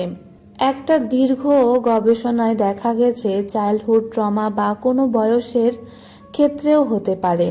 কখনো কখনো পেশেন্ট নিজে অপরাধী ভাবে, তবে পরিবারের সাপোর্ট তা কাটিয়ে উঠতে বেশিরভাগ ক্ষেত্রে। দীপ্ত ও তার বাবার সাপোর্ট যেটা কাটিয়ে উঠতে পারতো হয়তো, কিন্তু ওর ক্ষেত্রে সেটা হয়নি, কারণ সে সোশ্যাল বুলিং এর শিকার হয়েছিল চরমভাবে। বলার সময়টায় তিনি শ্রেয়সীর অভিব্যক্তি খেয়াল করছিলেন। যাদের সে বন্ধু ভাবত, তাদের কাছ থেকে তিরস্কার পেয়ে, আত্মীয় এবং ক্লাসমেটদের, অভিভাবকদের কাছ থেকে যে আচরণ সে পেয়েছে, সেটা ওর মেন্টাল স্টেবিলিটিকে রিকভার করতে দেয়নি। ওর ভেতরে যে সমস্ত গিল্টি ফিলিং ছিল সেগুলো ওর বিশ্বাসের পরিণত হয়েছে। নিজেকে মনে হয়েছে অবাঞ্ছিত একজন। প্রচণ্ড হীনমন্যতায় সে ভুগতে শুরু করে। নিজেকে লুকিয়ে ফেলার প্রবল ইচ্ছা থেকে স্বেচ্ছায় ঘরবন্দি হয়ে যায়। দীপ্তর বাবাকে একটা ধন্যবাদ দিতে হয়। সে নিজের ছেলের এই মানসিক সমস্যা নিয়ে তখন কনসার্ন হয়েছেন। অনেক অভিভাবক এসব মুহূর্তে লুকিয়ে রাখতে চান সমস্যা। অনেক ক্ষেত্রে শিশুর মধ্যে সুসাইডিয়াল টেন্ডেন্সিও তৈরি হয়। ওর ক্ষেত্রে সেই দিকেই যাচ্ছিল। তবে তখন তিনি স্পেশালিস্ট ট্রিটমেন্ট নিয়েছেন বলে দীপ্তর আপাততভাবে সমস্যাটা কাটিয়ে উঠেছে। কিন্তু ওর সবচেতন মন সেটা ধারণ করতে রেখে দিয়েছিল। এবার শ্রেয়সী কথা বলল। সেই সময় তো ওর কাউন্সিলিং হয়েছিল, ও ঠিকও হয়ে গিয়েছিল। তবে এখন আবার ওই বিষয়টা। নীলুফার রায়হানের মুখে এবার একটা বিষণ্ণ হাসি খেলে গেল। তিনি একটা জার্নালে চোখ রেখে বললেন, বিষয়টা অত্যন্ত সেনসিটিভ আর কমপ্লেক্স। শৈশবের অনাকাঙ্ক্ষিত ঘটনা ও অভিজ্ঞতার মুখোমুখি হওয়ায় শিশুরা ভবিষ্যতে নানা ধরনের মানসিক সমস্যায় ভুগতে পারে। বড় কোনো দুর্ঘটনা, বিপর্যস্ত বা আঘাতের শিকারে শিশু পরবর্তী সময়ে পোস্ট ট্রমেটিক স্ট্রেস ডিসঅর্ডারেও আক্রান্ত হতে পারে, যেটাকে আমরা সংক্ষিপ্তে পিটিএসডি বলতে থাকি। এই রোগের ভয়ঙ্কর অভিজ্ঞতার দুঃসহ স্মৃতি বারবার ফিরে ফিরে আসে এবং আক্রান্ত ব্যক্তি প্রতিবারই এরকম ভয়, আতঙ্ক, বেদনা অনুভব করে। শৈশবের ক্ষত ভবিষ্যতে সুস্থ স্বাভাবিক সম্পর্ক গড়ে তুলতে সমস্যা তৈরি করে। আমি বরং ওর আচরণ নিয়ে পর্যক্রম করে বলি। নীলুফার রায়হান একটু থেমে আবারও বলতে লাগলেন, দীপ্তর মধ্যে নিজেকে নিয়ে এক ধরনের কমপ্লিসিটি তৈরি হয়েছে, যা ওর সাবকনশিয়াস মাইন্ডেও ছিল। ও যে একটা গিল্ট ফিলিংয়ে ওর মনে হতো ওর জন্যই ওর মা হয়তো ওকে ছেড়ে চলে গেছে অনেক দূরে। তাই দীপ্ত নিজের চারপাশে একটা দুর্ভেদ্য প্রাচীর তৈরি করে। ওর মনে হতো নিশ্চয়ই কোনো দোষ আছে, সেই দোষেই সে অন্য কাউকে দেখতে দিবে না। ওর মনে হতো যদি ওর ভেতরে গভীর দুর্বলতা আজ অন্য কেউ পায়, তবে তারা আবার তাকে নিয়ে উপহাস করবে, বিদ্রূপ করবে। যা পেয়েছে তখনকারের মানুষ থেকে, সেই সুযোগ সে কাউকে দেবে না। অত্যন্ত সাবধানী আর সতর্ক হয়ে গেলে আবেগ প্রকাশের ক্ষেত্রে নিজেকে গড়ে তুলতে চাইলে অত্যন্ত দৃঢ়চেতনা একজন মানুষ হিসাবে। ও যে একটা ট্যাবু, আমরা সেটা করেই দেই। পুরুষ মানুষ আবেগী কেন হবে, কেন কাঁদবে? তাহলে তার পুরুষত্ব কোথায়? এই অযৌক্তিক আর বিদঘুটে লজিক আদতে মানুষকে সর্বনাশ করে। তারা মরে গেলেও ভাবে কেন দুর্বল হবে। কিন্তু কাঁদলে বিশ্বস্ত কারো সামনে নিজেকে মেলে দিলে অনেক কিছুই খুব সহজ হয়ে যেত। আবেগের প্রকাশ না ঘটালে ভেতরে ভেতরে ডিপ্রেসড গাঢ় হয়, ট্রমাটাইজ করে ফেলে আরো। আমাকে বলো তো আবেগের কি লিঙ্গভেদ আছে? মানুষ যেহেতু সবার মধ্যে আবেগ অনুভূতি আছে, কেউ বা রোবট নয়, তাই না? শেষের দিকে নীলুফার রায়হান কিঞ্চিত উত্তেজিত হয়ে পড়েছিলেন। মুহূর্তেই সামলে নিলেন। শ্রেয়সীর মনে হলো সত্যি তো, কেন মানুষ এমন একটা ভ্রান্ত ধারণা নিয়ে বাঁচবে? গলা খাকারে দিয়ে আবারও বলতে শুরু করলেন নীলুফার রায়হান, সরি, তত্ত্ব কথা বলে ফেললাম। যা বলেছি দীপ্তর মধ্যে যে হীনমন্যতা গেড়ে বসেছিল তা ঢাকতে সে বদলে যেতে লাগলো। এক সময় এই বদলটাই সে বিশ্বাস করে ফেলল। সবকিছুতে ওকে পারফেক্ট হতে হবে এমন একটা ভাবনা ওর মধ্যে তৈরি হয়েছিল। হার মানবে না মানসিকতা তৈরি করলো, সেলফ অবসেস তৈরি হলো। তবে এই পরিবর্তনগুলো কিন্তু কেবল কনসাল মাইন্ডের ক্ষেত্রেই হলো। অবেচেতনের কিন্তু সেই দুঃসহ কৈশোরের বয়স বয়ে গেল। ওর ঘুম হয় না। সেটাকে কাটানোর জন্য নানা কাজে ব্যস্ত হয়ে গেলে রাতের বেলায় মুভি দেখা, খেলা দেখা, এমনকি পড়াশোনায়, সমস্ত কিছু। কিন্তু খেয়াল করলে দেখা যাবে এরকম যারা রাতে জাগে তারা ঘুম থেকে দেরিতে ওঠে, কারণ সবার ঘুমের জন্য একটা মিনিমাম সময় নির্ধারণ করা আছে। ওর ঘুম খুবই কম, এমনকি সে ঘুমাতেও ভয় পায়। নাইটমেয়ারের ভয়, যা দীপ্ত এখনো কাটিয়ে উঠতে পারেনি, কিন্তু তা প্রকাশও করেনি কারোর কাছে। বরং এসব অজুহাত তা ঢেকে রেখেছে। নিজেকে পারফেক্ট দেখাবার চেষ্টা। তবে সে শিমুলের মতো খুব ভালো বন্ধু পাওয়ায় ওকে সে অত্যন্ত ভরসার একটা জায়গা দিয়েছে। সেটাও খুব সহজ হয়নি। কিন্তু একবার বেড়াতে গিয়ে সাঁতার না জানায় দীপ্ত পানিতে ডুবে যাচ্ছিল, তখন শিমুল ওকে পানি থেকে উদ্ধার করেছিল। তখন থেকে এই ভরসার জায়গাটা তৈরি হয়েছিল। ইন্টারমিডিয়েট পড়ার সময় ভাগ্যক্রমে একই সাথে একই ভার্সিটিতে চান্স পেয়ে গিয়েছিল, তাই এই বন্ধুত্বটাও রক্ষা করেছে। বাবার পরে শিমুলকে দীপ্ত সর্বোচ্চ ভরসা করে এসেছে। এক্ষেত্রে দীপ্তর একান্ত ভেতরকারের কথা বলতে পারলেও কোনো বিষয় মনে দ্বিধা সৃষ্টি হলেও তার কাছেই ছুটে যায়।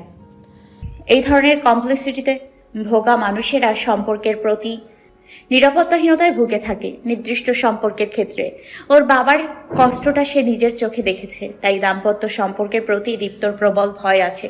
ভেতরে ভেতরে সহজে কাউকে বিশ্বাস করে ফেলার ভয় আছে বলে কখনো রিলেশনশিপে যায়নি, বিয়েও করতে চায়নি। এরপর তোমার সাথে পরিচয় হয়, তুমি ওকে প্রত্যাখ্যান করেছিলে বিয়ের জন্য।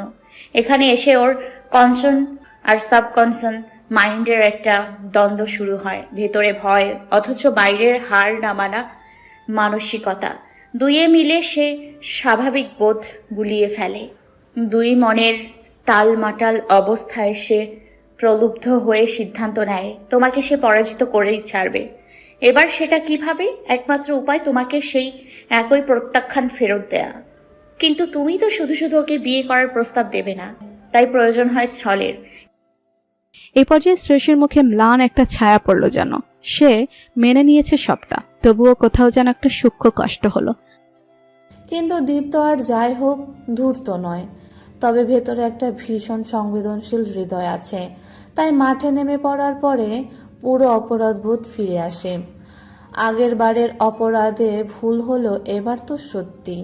আগেই বলেছিল এই ক্রমিক জমা যারা ভোগে তাদের একটা কমন সিমটমই হলো তীব্র অপরাধবোধ। এটা ওকে কষ্ট দিচ্ছিল। সিদ্ধান্ত নিল তোমাকে খুলে বলবে, সে অপরাধবোধ থেকে পরিত্রাণ নেবে। কিন্তু সেই সুযোগ আর হলো না। বিয়ে হয়ে গেল তোমাদের। ভয় থাকলেও তোমাকে সে কষ্ট দিতে পারবে না, কারণ সে তোমাকে ভালোবেসে ফেলেছে। তাই সম্পর্কটা সুযোগ দিতে চাইল দীপ্ত। তোমার প্রতি করা কৃতকর্ম লুকিয়ে রাখার সব চাইতে বড় কারণ হলো তুমি ছিলে। প্রথম কারণ, এই একটা কথাই জানতে পারলে তুমি ভীষণ কষ্ট পাবে। দ্বিতীয়ত, ওর ভয় হতো এটা জানলেই তুমি ওর কাছ থেকে চলে যাবে, ওকে ঘৃণা করবে। মায়ের কাছ থেকে একবার যা পেয়েছে তা সে কোনোভাবেই তোমার কাছ থেকে পেতে চায়নি।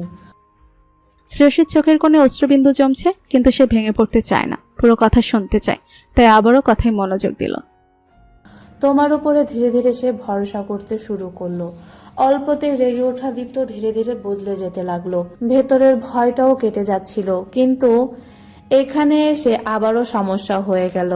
ওর মা আবারও দৃশ্যপটে ফিরে এলো, তুর্য এলো। এই সদ্য প্রলেপলেপা ক্ষত আবার নতুন করে ঘা জখম হলো।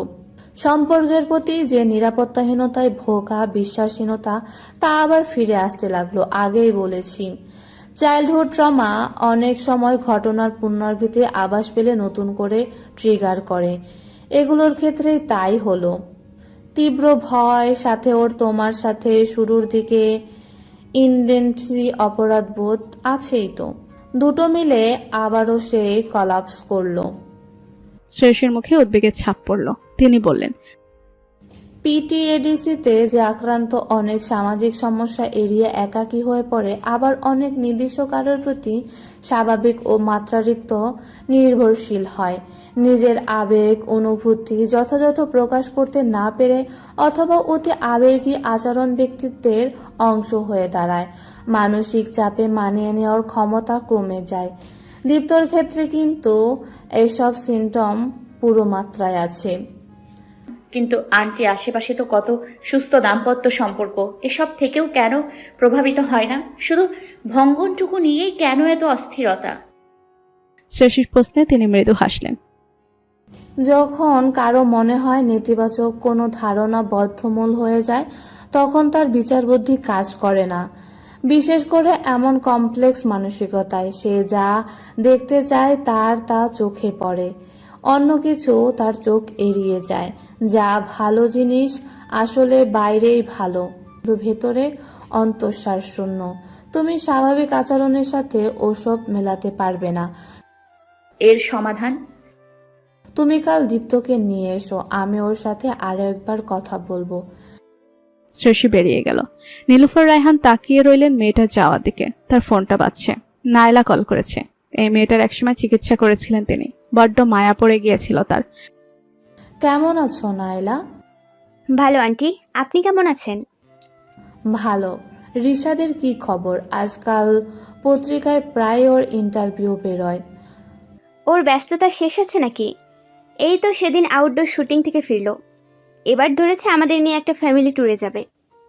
তোমার পুচকোটা কেমন আছে? হাঁটার চেষ্টা করে এখন, বড্ড দুরন্ত হবে তেমনই লক্ষণ। ওর বাবার মতো বাউন্ডুলে না হলেই হয়।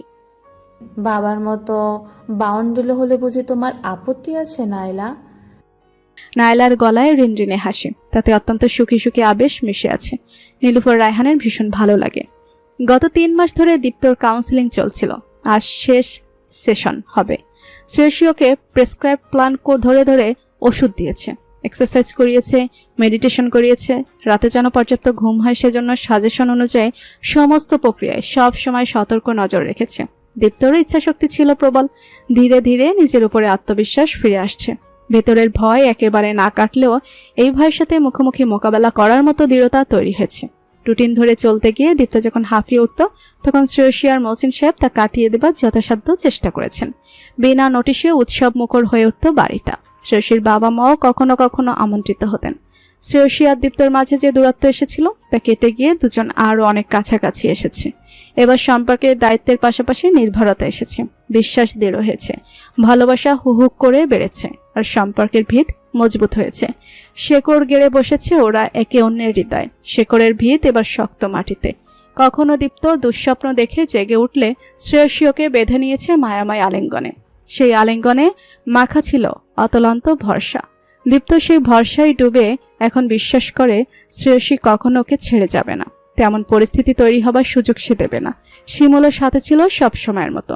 আরমান ভাইয়ের স্কুলে যেত ওরা প্রায়। এখানে এসে দীপ্ত একদিন দেখলো একটা শিশুর মা মারা গেছে কিছুদিন আগে। বাবা আর একটা বিয়ে করে কোথায় চলে গেছে অনেক আগে। এতটুকু একটা শিশু, অথচ একেবারে একা। মাথায় হাত রাখার জন্য কেউ নেই, স্নেহ ছায়া নেই। তবুও কিভাবে যেন এই একলা পৃথিবীতে 11 বছরের শিশুটা কেমন মানিয়ে নিয়েছে। দীপ্ত ওর সাথে অনেকক্ষণ কথা বলেছে। ফেরার সময় গুম হয়ে বসেছিল। শ্রেয়সী দীপ্তর হাত ধরে বলেছে, দীপ্ত, পৃথিবীটা কারো কারো জন্য ভীষণ নিষ্ঠুর একটা জায়গা। অনেক প্রতিকূলতা, প্রতিবন্ধকতা তাদের সামনে এসে দাঁড়ায়। তাতে কি জীবন থমকে যায়? যাওয়া উচিত। তারপরেও তো মানুষ বেঁচে থাকে। যতক্ষণ তার আয়ু, যতক্ষণ আল্লাহ নির্ধারণ করে রেখেছে ততদিন তারা বাঁচে। আয়ু যেহেতু আছে, তার মানে পৃথিবীকেও তাদের কত কিছু দেবার বাকি আছে। এই সুযোগটা কাজে লাগানো উচিত না? প্রতিবন্ধকতা সরিয়ে বন্ধুর পথকে মসৃণ করে অভিষ্ট গন্তব্যে এগিয়ে চলাই তো জীবন। তোমার সাথে আরো খারাপ পরিস্থিতিতে দাঁড়িয়ে আছে ওই বাচ্চা ছেলেটা, তবুও তো সে হাসতে পারছে। তুমি কেন পারবে না? তোমার সাথে আমরা সবাই আছি, সব সময় থাকবো। কথাগুলো এবং আশ্রমের ওই ছেলেটা দীপ্তকে নতুন করে ভাবতে শিখিয়েছে। দুঃখ কষ্টকে সাথে নিয়েও তাকে প্রশ্রয় না দেবার মনোবল তৈরি হয়েছে। আশ্চর্য এমন কথা সে আগেও বহুবার শুনেছে, কিন্তু কখনো উপলব্ধি করেনি। এখন পারছে, কারণ এখন ওর অন্য দৃষ্টি খুলে গেছে। উপলব্ধি করেছে কারণ সে উপলব্ধি করতে চাইছে। আগে এভাবে চায়নি সে কোনোদিন। বাবার পাশাপাশি শ্রেয়সী ওর জীবনের সঞ্জীবনী সুধা হয়ে এসেছে। ওর মনের একটা প্রগাঢ় অন্ধকার কোণে সে আলো ফেলেছে। ফ্লোরেন্স নাইটেঙ্গেল যেমন আলো হাতে ঘুরে ঘুরে আর্ত মানবের সেবা করত, ওর জীবনে আলো নিয়ে এসেছে শ্রেয়সী। হঠাৎ করে সেই মহিষী নারীর সাথে শ্রেয়সীকে তুলনা করতে ভালো লাগছে। ওর জীবনে তো এই মেয়ে লেডি উইথ দ্য ল্যাম্প। বাবা তো বাবাই, ওর নিজের বেঁচে থাকার প্রেরণা, উৎস। নীলুফার রায়হান তার সহজাত হাসিতে দীপ্তকে জিজ্ঞেস করলেন, এখন কেমন বোধ করছো দীপ্ত? খুব ভালো আন্টি, এত নির্ভার কখনো মনে হয়নি। শুনে ভীষণ খুশি হলাম তোমাকে দেখেও। কাউন্সিলিং এর পাশাপাশি পরিবারের সাপোর্ট অত্যন্ত জরুরি। তুমি সেটা দারুণভাবে পেয়েছো। আরেকটা জিনিস লাগে, সেটা হচ্ছে নিজের ইচ্ছা শক্তি। তোমার মধ্যে সেটা প্রবলভাবে ছিল। তুমি নিজেও ভীষণ সাহসী দীপ্ত। পরিস্থিতিকে স্পিডের সাথে অ্যাকসেপ্ট করেছো, তাই এখন উত্তরণ ঘটেছে। আপনাকে কি বলে ধন্যবাদ দেব বুঝতে পারছি না। শ্রেয়সীর কথায় নীলুফার রায়হান বললেন, এটা আমার ডিউটি, তবে ব্যক্তিগতভাবে তোমাদের আমার ভীষণ ভালো লেগেছে। আরেকটা কথা, আরও 3 মাস রুটিনগুলো ফলো করো, আরেকবার আমার সাথে দেখা করো। Good luck. শুভকামনার সাথে নিয়ে ওরা যখন বেরিয়ে এলো তখন আকাশ জুড়ে মেঘ করেছে। শ্রেয়সীর খুব ইচ্ছে করছে আজ বৃষ্টিতে ভিজতে। আজ দীপ্ত আপত্তি করল না। হুট খোলা রিকশায় প্রিয়জনের পাশে বসে বৃষ্টিতে ভিজতে খারাপ লাগার প্রশ্নই আসেন। রিকশা এগিয়ে চলছে। ফুটপাতের দোকানগুলোতে কেনাকাটা চলছে। শ্রেয়সী কাচের চুড়ি দেখলো তাকিয়ে। দীপ্ত যেন ওর মন পড়তে পারল। নেমে গিয়ে চুড়ি হাতে নিয়ে ফিরে এসে রিকশায় বসে শ্রেয়সীর দিকে বাড়িয়ে দিল। শ্রেয়সী নিল না, বরং হাত বাড়িয়ে দিয়ে বলল, পরিয়ে দাও। দীপ্ত হাত ভর্তি করে কাচের চুড়িগুলো শ্রেয়সীর হাতে পরম মায়ায় পরিয়ে দিল। চুড়ি পরা হাত দুটো শ্রেয়সী দীপ্তর চোখের সামনে তুলে নাড়ছিল। রিনরিনের শব্দ যেন দীপ্তকে বলছিল, ভালোবাসি ভালোবাসি ভালোবাসি। চুরির শব্দের সাথে সাথে আকাশ ভেঙে নামলো বৃষ্টি। মুহূর্তটা যেন অপার্থিব হয়ে উঠল এক ঐন্দ্রজালিক ভালোবাসায়।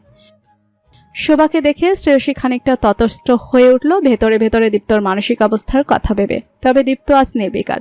শুরুতে কিয়ৎক্ষণের জন্য একটা ক্ষোভের ছায়া পড়লেও তা দ্রুত সরে গেছে। কেমন আছো তোমরা? দীপ্তই উত্তর দিল, ভালো আছি। তোমরা যদি কিছু মনে না করো আমার সাথে একটু বসবে কিছুক্ষণের জন্য? জানি আমি ক্ষমা চাইবার অযোগ্য, তবুও একবার। সরি, সবাইকে ক্ষমা করা সম্ভব হয় না। তবে আগে আপনার প্রতি অসম্ভব রাগ ছিল, এখন সেটা নেই, বরং করুণা হয় আপনার জন্য। আসি, চলো শ্রেয়সী। কথাটা বলে দীপ্ত শ্রেয়সীকে হাত ধরে নিয়ে গেল। শ্রেয়সী একবার ঘুরে শোভার মুখের দিকে চাইল। ওরও বড্ড করুণা হলো তার জন্য, কিঞ্চিত কষ্ট। আর শোভা, তিনি যতদূর পর্যন্ত দীপ্ত মিলিয়ে না যায় তাকিয়ে রইলেন ওদের যাওয়ার দিকে। চোখ দুটো ঝাপসা। তিনি জীবনের হিসেব মেলাতে বড্ড ভুল করে ফেলেছিলেন। মহসিনের প্রতি তীব্র ক্ষোভ থেকে তিনি বিয়ে করলেন একজন নামী ব্যবসায়ীকে। সন্তান জন্মল। তাদের নিয়ে তিনি ব্যস্ত হয়ে রইলেন। সাথে প্রাক্তন স্বামীর প্রতি তীব্র ক্রোধ। সেই ক্রোধে চাইতেন তার ছেড়ে আসা স্বামী তার অভাব ভয়ানকভাবে টের পাক, ব্যর্থ হোক। বাবা হিসেবে যে বড়াই তার তা নিঃশেষ হয়ে যাক। তার তখন মাথায় ছিল না এই খারাপ কামনার সাথে তার নিজের সন্তানও জড়িয়ে আছে। কয়েক বছর আগে তিনি আবিষ্কার করেন তার বর্তমান স্বামী ঢাকার অভিজাত এক এলাকায় তার অফিসের এক ইয়াং এমপ্লয়িকে নিয়ে থাকেন। তিনি ভেঙে পড়েন। তার সন্তানদের সাথে শেয়ার করলে তারা জানায় এসব নিয়ে তাদের তেমন মাথা ব্যথা নেই। দেশের বাইরে তারা তাদের বন্দোবস্ত করে নিয়েছে। তাকে ওরা তাদের সাথে নিয়ে গিয়ে থাকার প্রস্তাব দেয়। শোভা ভীষণ একা হয়ে পড়েন। গত মাসে তিনি ডিভোর্স লেটার পাঠিয়েছেন। লোকটা রাজি নয় বলে মামলা চলছে। জীবনের শেষ বেলায় এসে তার মনে হয়েছে কিছু কিছু অন্যায়ের শাস্তি আল্লাহ পৃথিবীর মাটিতেই দেন। যাকে তিনি ছেড়ে এসেছিলেন বহু বছর আগে, সে এখনো একা। আর যার হাত ধরেছিলেন সে অবশ্য শোভা। যেমন লোকটার প্রতিপত্তি ব্যবহার করে একজনকে কষ্ট দিতে চেয়েছিলেন, এই সম্পর্কে কখনো ভালোবাসাই ছিল না। তিনি বুঝতে বড্ড দেরি করে ফেলেছেন। ডিভোর্স হয়ে গেলে তিনি চট্টগ্রাম ফিরে যাবেন। তিনি নিজেও পেশাগত দিক থেকে একজন সফল মানুষ। জীবনে যে কয়টা দিন আছে তিনি একাই কাটাবেন। একাকিত্বের চাইতে যন্ত্রণাময় শাস্তি পৃথিবীতে আর কি আছে? দীপ্তর ক্ষমা পেলে হয়তো খানিকটা সহজ হতো পরের সময়টা, কিন্তু সেটা তো হবার নয়। তিনি মন খুলে কাঁদতেও পারছেন না। তার দম্ভ তাকে আটকে দিচ্ছে বারবার। তবুও চোখ ভিজে আসছে। শ্রেয়সী দীপ্তর হাতটা ধরে আছে। গাড়ি চলছে বাড়ির দিকে। দীপ্ত শ্রেয়সীর কাঁধে মাথা এলিয়ে দিয়ে বসে আছে। কিছুক্ষণ পরে বলল, তোমাকে ধন্যবাদ শ্রেয়সী। কেন? হতচকিত গলায় জিজ্ঞেস করল শ্রেয়সী। আমার জীবনে আসার জন্য, আমাকে ভালোবাসার জন্য, আমাকে সঠিক রাস্তাটা দেখানোর জন্য। তাহলে তো আমারও তোমাকে ধন্যবাদ দেওয়া উচিত। ওনাকে দেখে আমার আগের মতোই পৃথিবী উল্টে পাল্টে দিতে ইচ্ছে করছিল, কিন্তু আমার তখন তোমার কথা মনে পড়লো। তোমার আমার প্রতি রাখা বিশ্বাসের কথা মনে পড়লো। আমি সামলে নিতে পারলাম। আমি যতটা নিজের, ঠিক ততটাই তো তোমারও। তোমাকেও আরেকটাবার আমি হতাশ করতে চাই না। শ্রেয়সী দুই চোখ বেয়ে তখন ঝর্ণা নেমেছে। বিষাদেও এত জল ঝরেনি যতটা আজ পরম সুখে গড়িয়ে পড়েছে। মনে মনে দোয়া করল, এমন প্রগাঢ় ভালোবাসা যেন চিরদিন আমার জন্য থাকে আল্লাহ। আজ দীপ্ত শ্রেয়সীর প্রথম বিবাহ বার্ষিকী।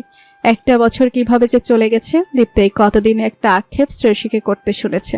শ্রেয়সীর জামদানি শাড়ি। দীপ্ত ঠিক করলো এবার একই রঙের একটা জামদানি স্ত্রীকে উপহার হিসেবে দেবে। সে কিনেও নিয়ে এলো। শ্রেয়সী শাড়িটা খুলে দেখলো। দীপ্ত বলল, তোমার জলপাই রঙের জামদানি। আমার ভীষণ পছন্দ হয়েছে, তবে এটা টিয়া রং, জলপাই রং না। দীপ্ত প্রথমে মানতে চাইল না, পরে পাশাপাশি দুটো শাড়ি রেখে দেখলো শ্রেয়সীর কথাই ঠিক। সে হতাশ ভঙ্গিতে বলল, একটাই রং, একটু আলাদা, কোনো মানে হয়? শ্রেয়সী হেসে ফেলল। সে দীপ্তকে কিছুটা খোঁচানোর জন্য শাড়িটার প্রসঙ্গ তুলত। পাগলটা যে একই রঙের শাড়ি কিনে আনার চেষ্টা করবে বুঝতে পারেনি, তবে ওকে খুশি করবার এই যে প্রাণান্তকার চেষ্টা, এতেই সে ভীষণ খুশি। শ্রেয়সী দীপ্তকে নিজের হাতে এমব্রয়ডারি করা একটা পাঞ্জাবি দিয়েছে উপহার হিসেবে। দুজনেই শাড়ি আর পাঞ্জাবি পরে বাবার দোয়া নিয়েছে। তিনজন মিলে বাইরে খেয়েছে। মহসিন সাহেব এরপর ওদের নিজেদের মতো কাটানোর সুযোগ দিয়ে বাসায় ফিরে এসেছেন। একগুচ্ছ বেলি ফুলের মালা কিনে দীপ্ত তা গুজে দিল শ্রেয়সীর খোপায়। টিয়ে রঙের জামদানিতে খোপায় বেলি ফুল, শ্রেয়সীর মধ্যে চিরায়ত বাঙালি মেয়ের শাশ্বত রূপ এসে যেন ভিড়েছে। দীপ্ত কতক্ষণে চোখ সরাতে পারল না। দীপ্তর এবারে জন্মদিনেও কেউ উইশ করলো না। সকালে ঘুম থেকে উঠতে শ্রেয়সী একটা কাগজ ওর হাতে ধরিয়ে দিয়ে বেরিয়ে গেল। দীপ্ত ভেবেছিল সুন্দর কোনো চিঠি হবে। অনেক প্রত্যাশা নিয়ে খোলার পরে বাজারের লিস্ট থেকে প্রত্যাশার বেলুন ঠুস করে ফুটে হয়ে গেল। মুখ গোমরা করে হাত মুখ ধুয়ে আসতেই শ্রেয়সী বাজারে ব্যাগ ধরিয়ে দিল। বেরিয়ে আসার সময় বাবা বললেন, ভালো মাছ আনিস, দেখে যাচাই করে আনিস। আমি বাজারে আজকে নতুন যাচ্ছি না বাবা। গতবার মাছ এজন্যই অমন ছিল। ধুর। তিক্ত মন নিয়ে দীপ্ত বেরিয়ে এলো। কাদের সাথে সে থাকছে, সামান্য দাম কেউ দেয় না ওকে। প্রথমে দীপ্ত ভিড় ঠেলে কাঁচা বাজারে গেল। দোকানে হেসে জিজ্ঞেস করলো, কি লাগবো? দীপ্তর মুখে বলতেও ইচ্ছে করলো না, জিজ্ঞেস করলো। পড়তে জানেন? হেসে বলল, ক্লাস 6 পর্যন্ত পড়ছিলাম। দীপ্ত পকেট থেকে বাজারের লিস্ট বের করে তার হাতে দিল। লোকটা পড়তে শুরু করেছে, মুখে মিটমিটে হাসে। বাজারের লিস্ট পড়ে মন হাসছে কেন? স্যার মনে হয় ভুল কইরা এইটা দিছেন। দীপ্ত কাগজটা হাতে নিয়ে নিজের কপাল চাপড়ল। এটা একটা চিঠি, গভীর ভালোবাসা নিয়ে লেখা প্রেমপত্র। প্রেরক শ্রেয়সী। দীপ্ত এক পৃথিবী অস্বস্তি নিয়ে পকেটে হাত দিল। দেখলো আরেকখানা একই রকমের কাগজ, তাতে বাজারের লিস্ট। একসাথে দুটোই ছিল বোধহয়। একটা দেখে উত্তেজিত হয়ে অন্যটা আর খোলা হয়নি। এমন বিব্রতকর পরিস্থিতিতে সে কোনোদিন পড়েনি। স্ত্রীর চিঠি কেনা হাটে বাজারে পড়িয়েছে। ছি ছি, এমন গাধার মতো কাজ কেউ করে? শ্রেয়সী শুনলে ওকে জ্বালিয়ে মারবে। চিঠিটা না পড়েই পকেটে রেখে দিল। এরপর কোনো মতে বাজার শেষ করে বাসায় ফিরে ওয়াশরুমে গিয়ে চিঠিটা খুলল। তোমার ভালোবাসার নিমন্ত্রণ পেয়েছিলাম, সেই নিমন্ত্রণ রক্ষা করতে চলে এসেছিলাম তোমার হৃদয় বাড়িতে। এরপর আষ্টে পৃষ্ঠে জড়িয়ে গিয়েছি তোমার সাথে। প্রতি নিয়ন্ত্রণে তোমাকে ডেকেছিলাম, তোমার সাড়া আমি টের পাই প্রতিনিয়ত। আমি তোমার মতো ধন্যবাদ জানাতে চাই না। প্রতিটা মুহূর্তে তোমার পাশে থেকে মুহূর্তগুলো নিজের করে নিতে চাই। পৃথিবীর সবচাইতে চমৎকার মনের ছেলের জন্য পৃথিবীর সমস্ত ভালোবাসা। শুভ জন্মদিন দীপ্ত, ইতি শ্রেয়সী। ছোট্ট চিঠি, কিন্তু এর তাৎপর্য দীপ্তের কাছে অপরিসীম। জীবনে বহু চড়াই উতরাইয়ের পরে সে ভালোবাসার নিমন্ত্রণ পেয়েছিল। সে প্রথমে দ্বিধা নিয়ে ছুটে গিয়েছিল, এরপর সেই দ্বিধা কোনো সুদূরে হারিয়ে গেছে। এখন পুরোটাই ভালোবাসার ঘর। শ্রেয়সী আশ্রমের দরজায় নক করছে। দীপ্ত দরজা খুলে শ্রেয়সীকে নিবিড় আলিঙ্গনে আবদ্ধ করল। মুখে কোনো কথা না হলেও তারা পরস্পরের সমস্ত অব্যক্ত কথাই বুঝে নিল অনুভূতি দিয়ে। কিছুক্ষণ পরে দীপ্ত বলল, তুমি চিঠিটা আমাকে সরাসরি দিতে পারলে না? তাহলে কেন, কি করেছো? দীপ্ত ঘটনাটা খুলে বলতে শ্রেয়সী সশব্দে হেসে ফেলল। তুমি এমন কেন? দীপ্ত উত্তর দিল না। সেই হাসিতে বুঁদ হয়ে গেল। পরিশিষ্ট। মহসিন সাহেবের এখন সময় কাটে নাতনিকে নিয়ে। এখনও নাম রাখা হয়নি। ছেলে আর ছেলের বউ দুজনে এই গুরুদায়িত্ব তার উপরে অর্পণ করেছে। একসময় সবকিছুর জন্য মহসিন সাহেবের নিজেকে দায়ী মনে হতো মাঝে মাঝে। তখন ছেলেটার কথা চিন্তা করে তিনি কি আর একটু ভেবে দেখতে পারতেন, শোভাকে বোঝাতে পারতেন? কিন্তু তাতে তো পরিস্থিতি আরও খারাপ হয়ে যেত। একটা দমবন্ধ পরিবেশে বাঁচার চাইতে তো আলাদা হয়ে যাওয়াটাই সঠিক ছিল। কি করা উচিত ছিল তার দুদিকে লস হতো। যা হয়েছে তা আটকানোর মতো অবস্থা তার হাতে ছিল না। শোভার স্বেচ্ছাচারিতা দিন দিন মাত্রা ছাড়িয়ে যাচ্ছিল। মুখ বুজে তা সহ্য করা যেত না। প্রতিবাদ করলেই সংঘর্ষ বাধ্য। শেষ পর্যন্ত যখন দীপ্তকেই তাদের মধ্যে ব্যবহার করার চেষ্টা করা হলো, তিনি রুখে দিলেন। বাবা হিসেবে তিনি তার যথাসাধ্য চেষ্টা করেছিলেন। জীবনে কখনো তিনি অসৎ পথে রোজগার করেননি, তাই এটা নিয়ে কোনোদিন তার মধ্যে বিবেক দংশনি। দীপ্তও বাবাকে নিয়ে গর্ব করে। তার যথেষ্ট সুযোগ ছিল বিপদগামী হবার। ঘরে চাহিদা ছিল, বাইরে প্রলোভন ছিল। তবুও তিনি দাঁতে দাঁত চেপে তার নিজের যেটুকু আয় তা নিয়ে সন্তুষ্ট থাকতে চেয়েছেন। শোভার উচ্চাকাঙ্ক্ষা পূরণের সামর্থ্য তার তখন ছিল না। তার অবস্থান জেনেই শোভা তার হাত ধরেছিল। এসব দংশন তিনি এখন ছেলেকে সুখী দেখে, নাতিকে দেখে তিনি ভুলে গেছেন। এখন আর তার মনে আলাদা করে কোনো ক্লেশ জমে না। ওদের সুখে তিনিও সমান অংশীদার। দীপ্তকে যখন দেখেন কোনো কোনো রাতে মেয়েকে কোলে নিয়ে বারান্দায় হেঁটে হেঁটে কান্না থামানোর চেষ্টা করছে, তার চোখ দুটো ভিজে ওঠে। একরোখা হয়ে ওঠা দীপ্ত কেমন একজন বাবা হয়ে উঠেছে। প্রথমবার মেয়েকে কোলে নিয়ে ফুফিয়ে কেঁদে উঠেছিল, তাকে প্রশ্ন করেছিল, বাবা আমার জন্য দোয়া করো, আমি যেন তোমার মতো একজন বাবা হতে পারি। এই ভালোবাসা ভরসা শুধু জন্ম দিলেই পাওয়া যায় কি? তার মনে হয় সেটা অর্জন করে নিতে হয়। তিনি কিছুটা হলেও পেরেছেন। এটাই তার জন্য এই জীবদ্দশায় সবচাইতে বড় প্রাপ্তি। শ্রেয়সীর মতো এত চমৎকার আর সংবেদনশীল মনের একজন মেয়ে যে দীপ্তর পাশে তাকে আগলে রাখছে সর্বদা, তখন ছেলেকে নিয়ে তার আর কোনো শঙ্কা নেই। তিনি যখন থাকবেন না তখন তার ছেলে একা হয়ে যাবে না, ভালো থাকবে। এই স্বস্তি নিয়ে তিনি ডাক এলে চলে যেতে পারবেন। এসব যখন ভাবছিলেন তখন দীপ্ত এলো ভেতরে। অফিস থেকে ফিরে হাত মুখ ধুয়ে এপাশে এসেছে। ঘুমান্ত মেয়েকে বিছানা থেকে কোলে নিতে মেয়ে কেঁদে উঠল। দিলি তো ঘুমটা ভাঙিয়ে, এখন কোলে নেবার কি দরকার ছিল? সারাদিন ওকে দেখিনি, তাই তো নিলাম। নেমা বাপের কোলে ঘুমা, তাও কাঁদিস না। শ্রেয়সীর ছুটি আরও কিছুদিন আছে। সে খেয়ে মেয়েকে ঘুম পাড়িয়ে দিতে মহসিন সাহেব নিয়ে এসেছে। মেয়েটা ঘুমাক একটু এইভাবে। মনে মনে খুশি হলেও তিনি স্বভাবসিদ্ধ ভঙ্গিতে দীপ্তের উদ্দেশ্যে বললেন, গাধা। বাবা এটা ঠিক না, তুমি আমার মেয়ের সামনে আমাকে কাঁথা ডেকে আমার প্রেস্টিজের 12টা বাজিও না। মহসিন সাহেব হেসে ফেললেন। পুচকিটা কান্না থামিয়ে দিয়েছে দেখে দীপ্ত হাসল। মেয়ের কান্না শুনে শ্রেয়সীর ঘুম ভেঙেছে বলে এদিকেই আসছে। 3 প্রজন্মের 3 জনের কাণ্ড দেখে আর ভেতরে এলো না। সেখানেই দাঁড়িয়ে মুহূর্তটাকে হৃদয়ের ক্যানভাস থেকে নিল চিরস্থায়ীভাবে। আজ শিমুলদের বাসায় দাওয়াত আছে। দীপ্ত আজও প্রায় ঘণ্টাখানেক সময় নিয়ে রেডি হয়েছে। শ্রেয়সী খুনসুটি করতে করতে অবচেতনায় দীপ্ত চুল এলোমেলো করে দিল। এরপর প্রমাদ গুনল আরও কতক্ষণের জন্য চুল আশ্রানো বিরতি চলবে ভেবে, কিন্তু দীপ্ত আর ঘরে গেল না। হাত দিয়ে কোনো রকমের চুল ঠিক করে মেয়েকে কোলে নিল। আমি আছড়ে দেই, দাঁড়াও। থাক, লাগবে না। আমার কন্যা নিজ দায়িত্বে আবারও এলোমেলো করে দেবে। আবার চুলের মধ্যে ওর যে কিসের খেলা। কপট বিরক্তি প্রকাশের চেষ্টা করলেও তাতে স্নেহ ঝরে পড়ল। শ্রেয়সী হেসে ফেলল। এতদিনে সে যা পারেনি, মেয়ে এই 1.5 মাসেই সে অসাধ্য সাধন করে ফেলেছে। মহসিন সাহেব এসে পড়লেন, তোরা দাঁড়া, আজকে আমাদের পুচকিটা প্রথম বাইরে যাচ্ছে, তোদের একসাথে একটা ছবি থাকুক। ক্যামেরা ফ্রেমের পাশাপাশি হৃদয়ের ফ্রেমেও ছবিটা বন্দি করে নিলেন তিনি। একটা সুখী পরিবারের ছবি।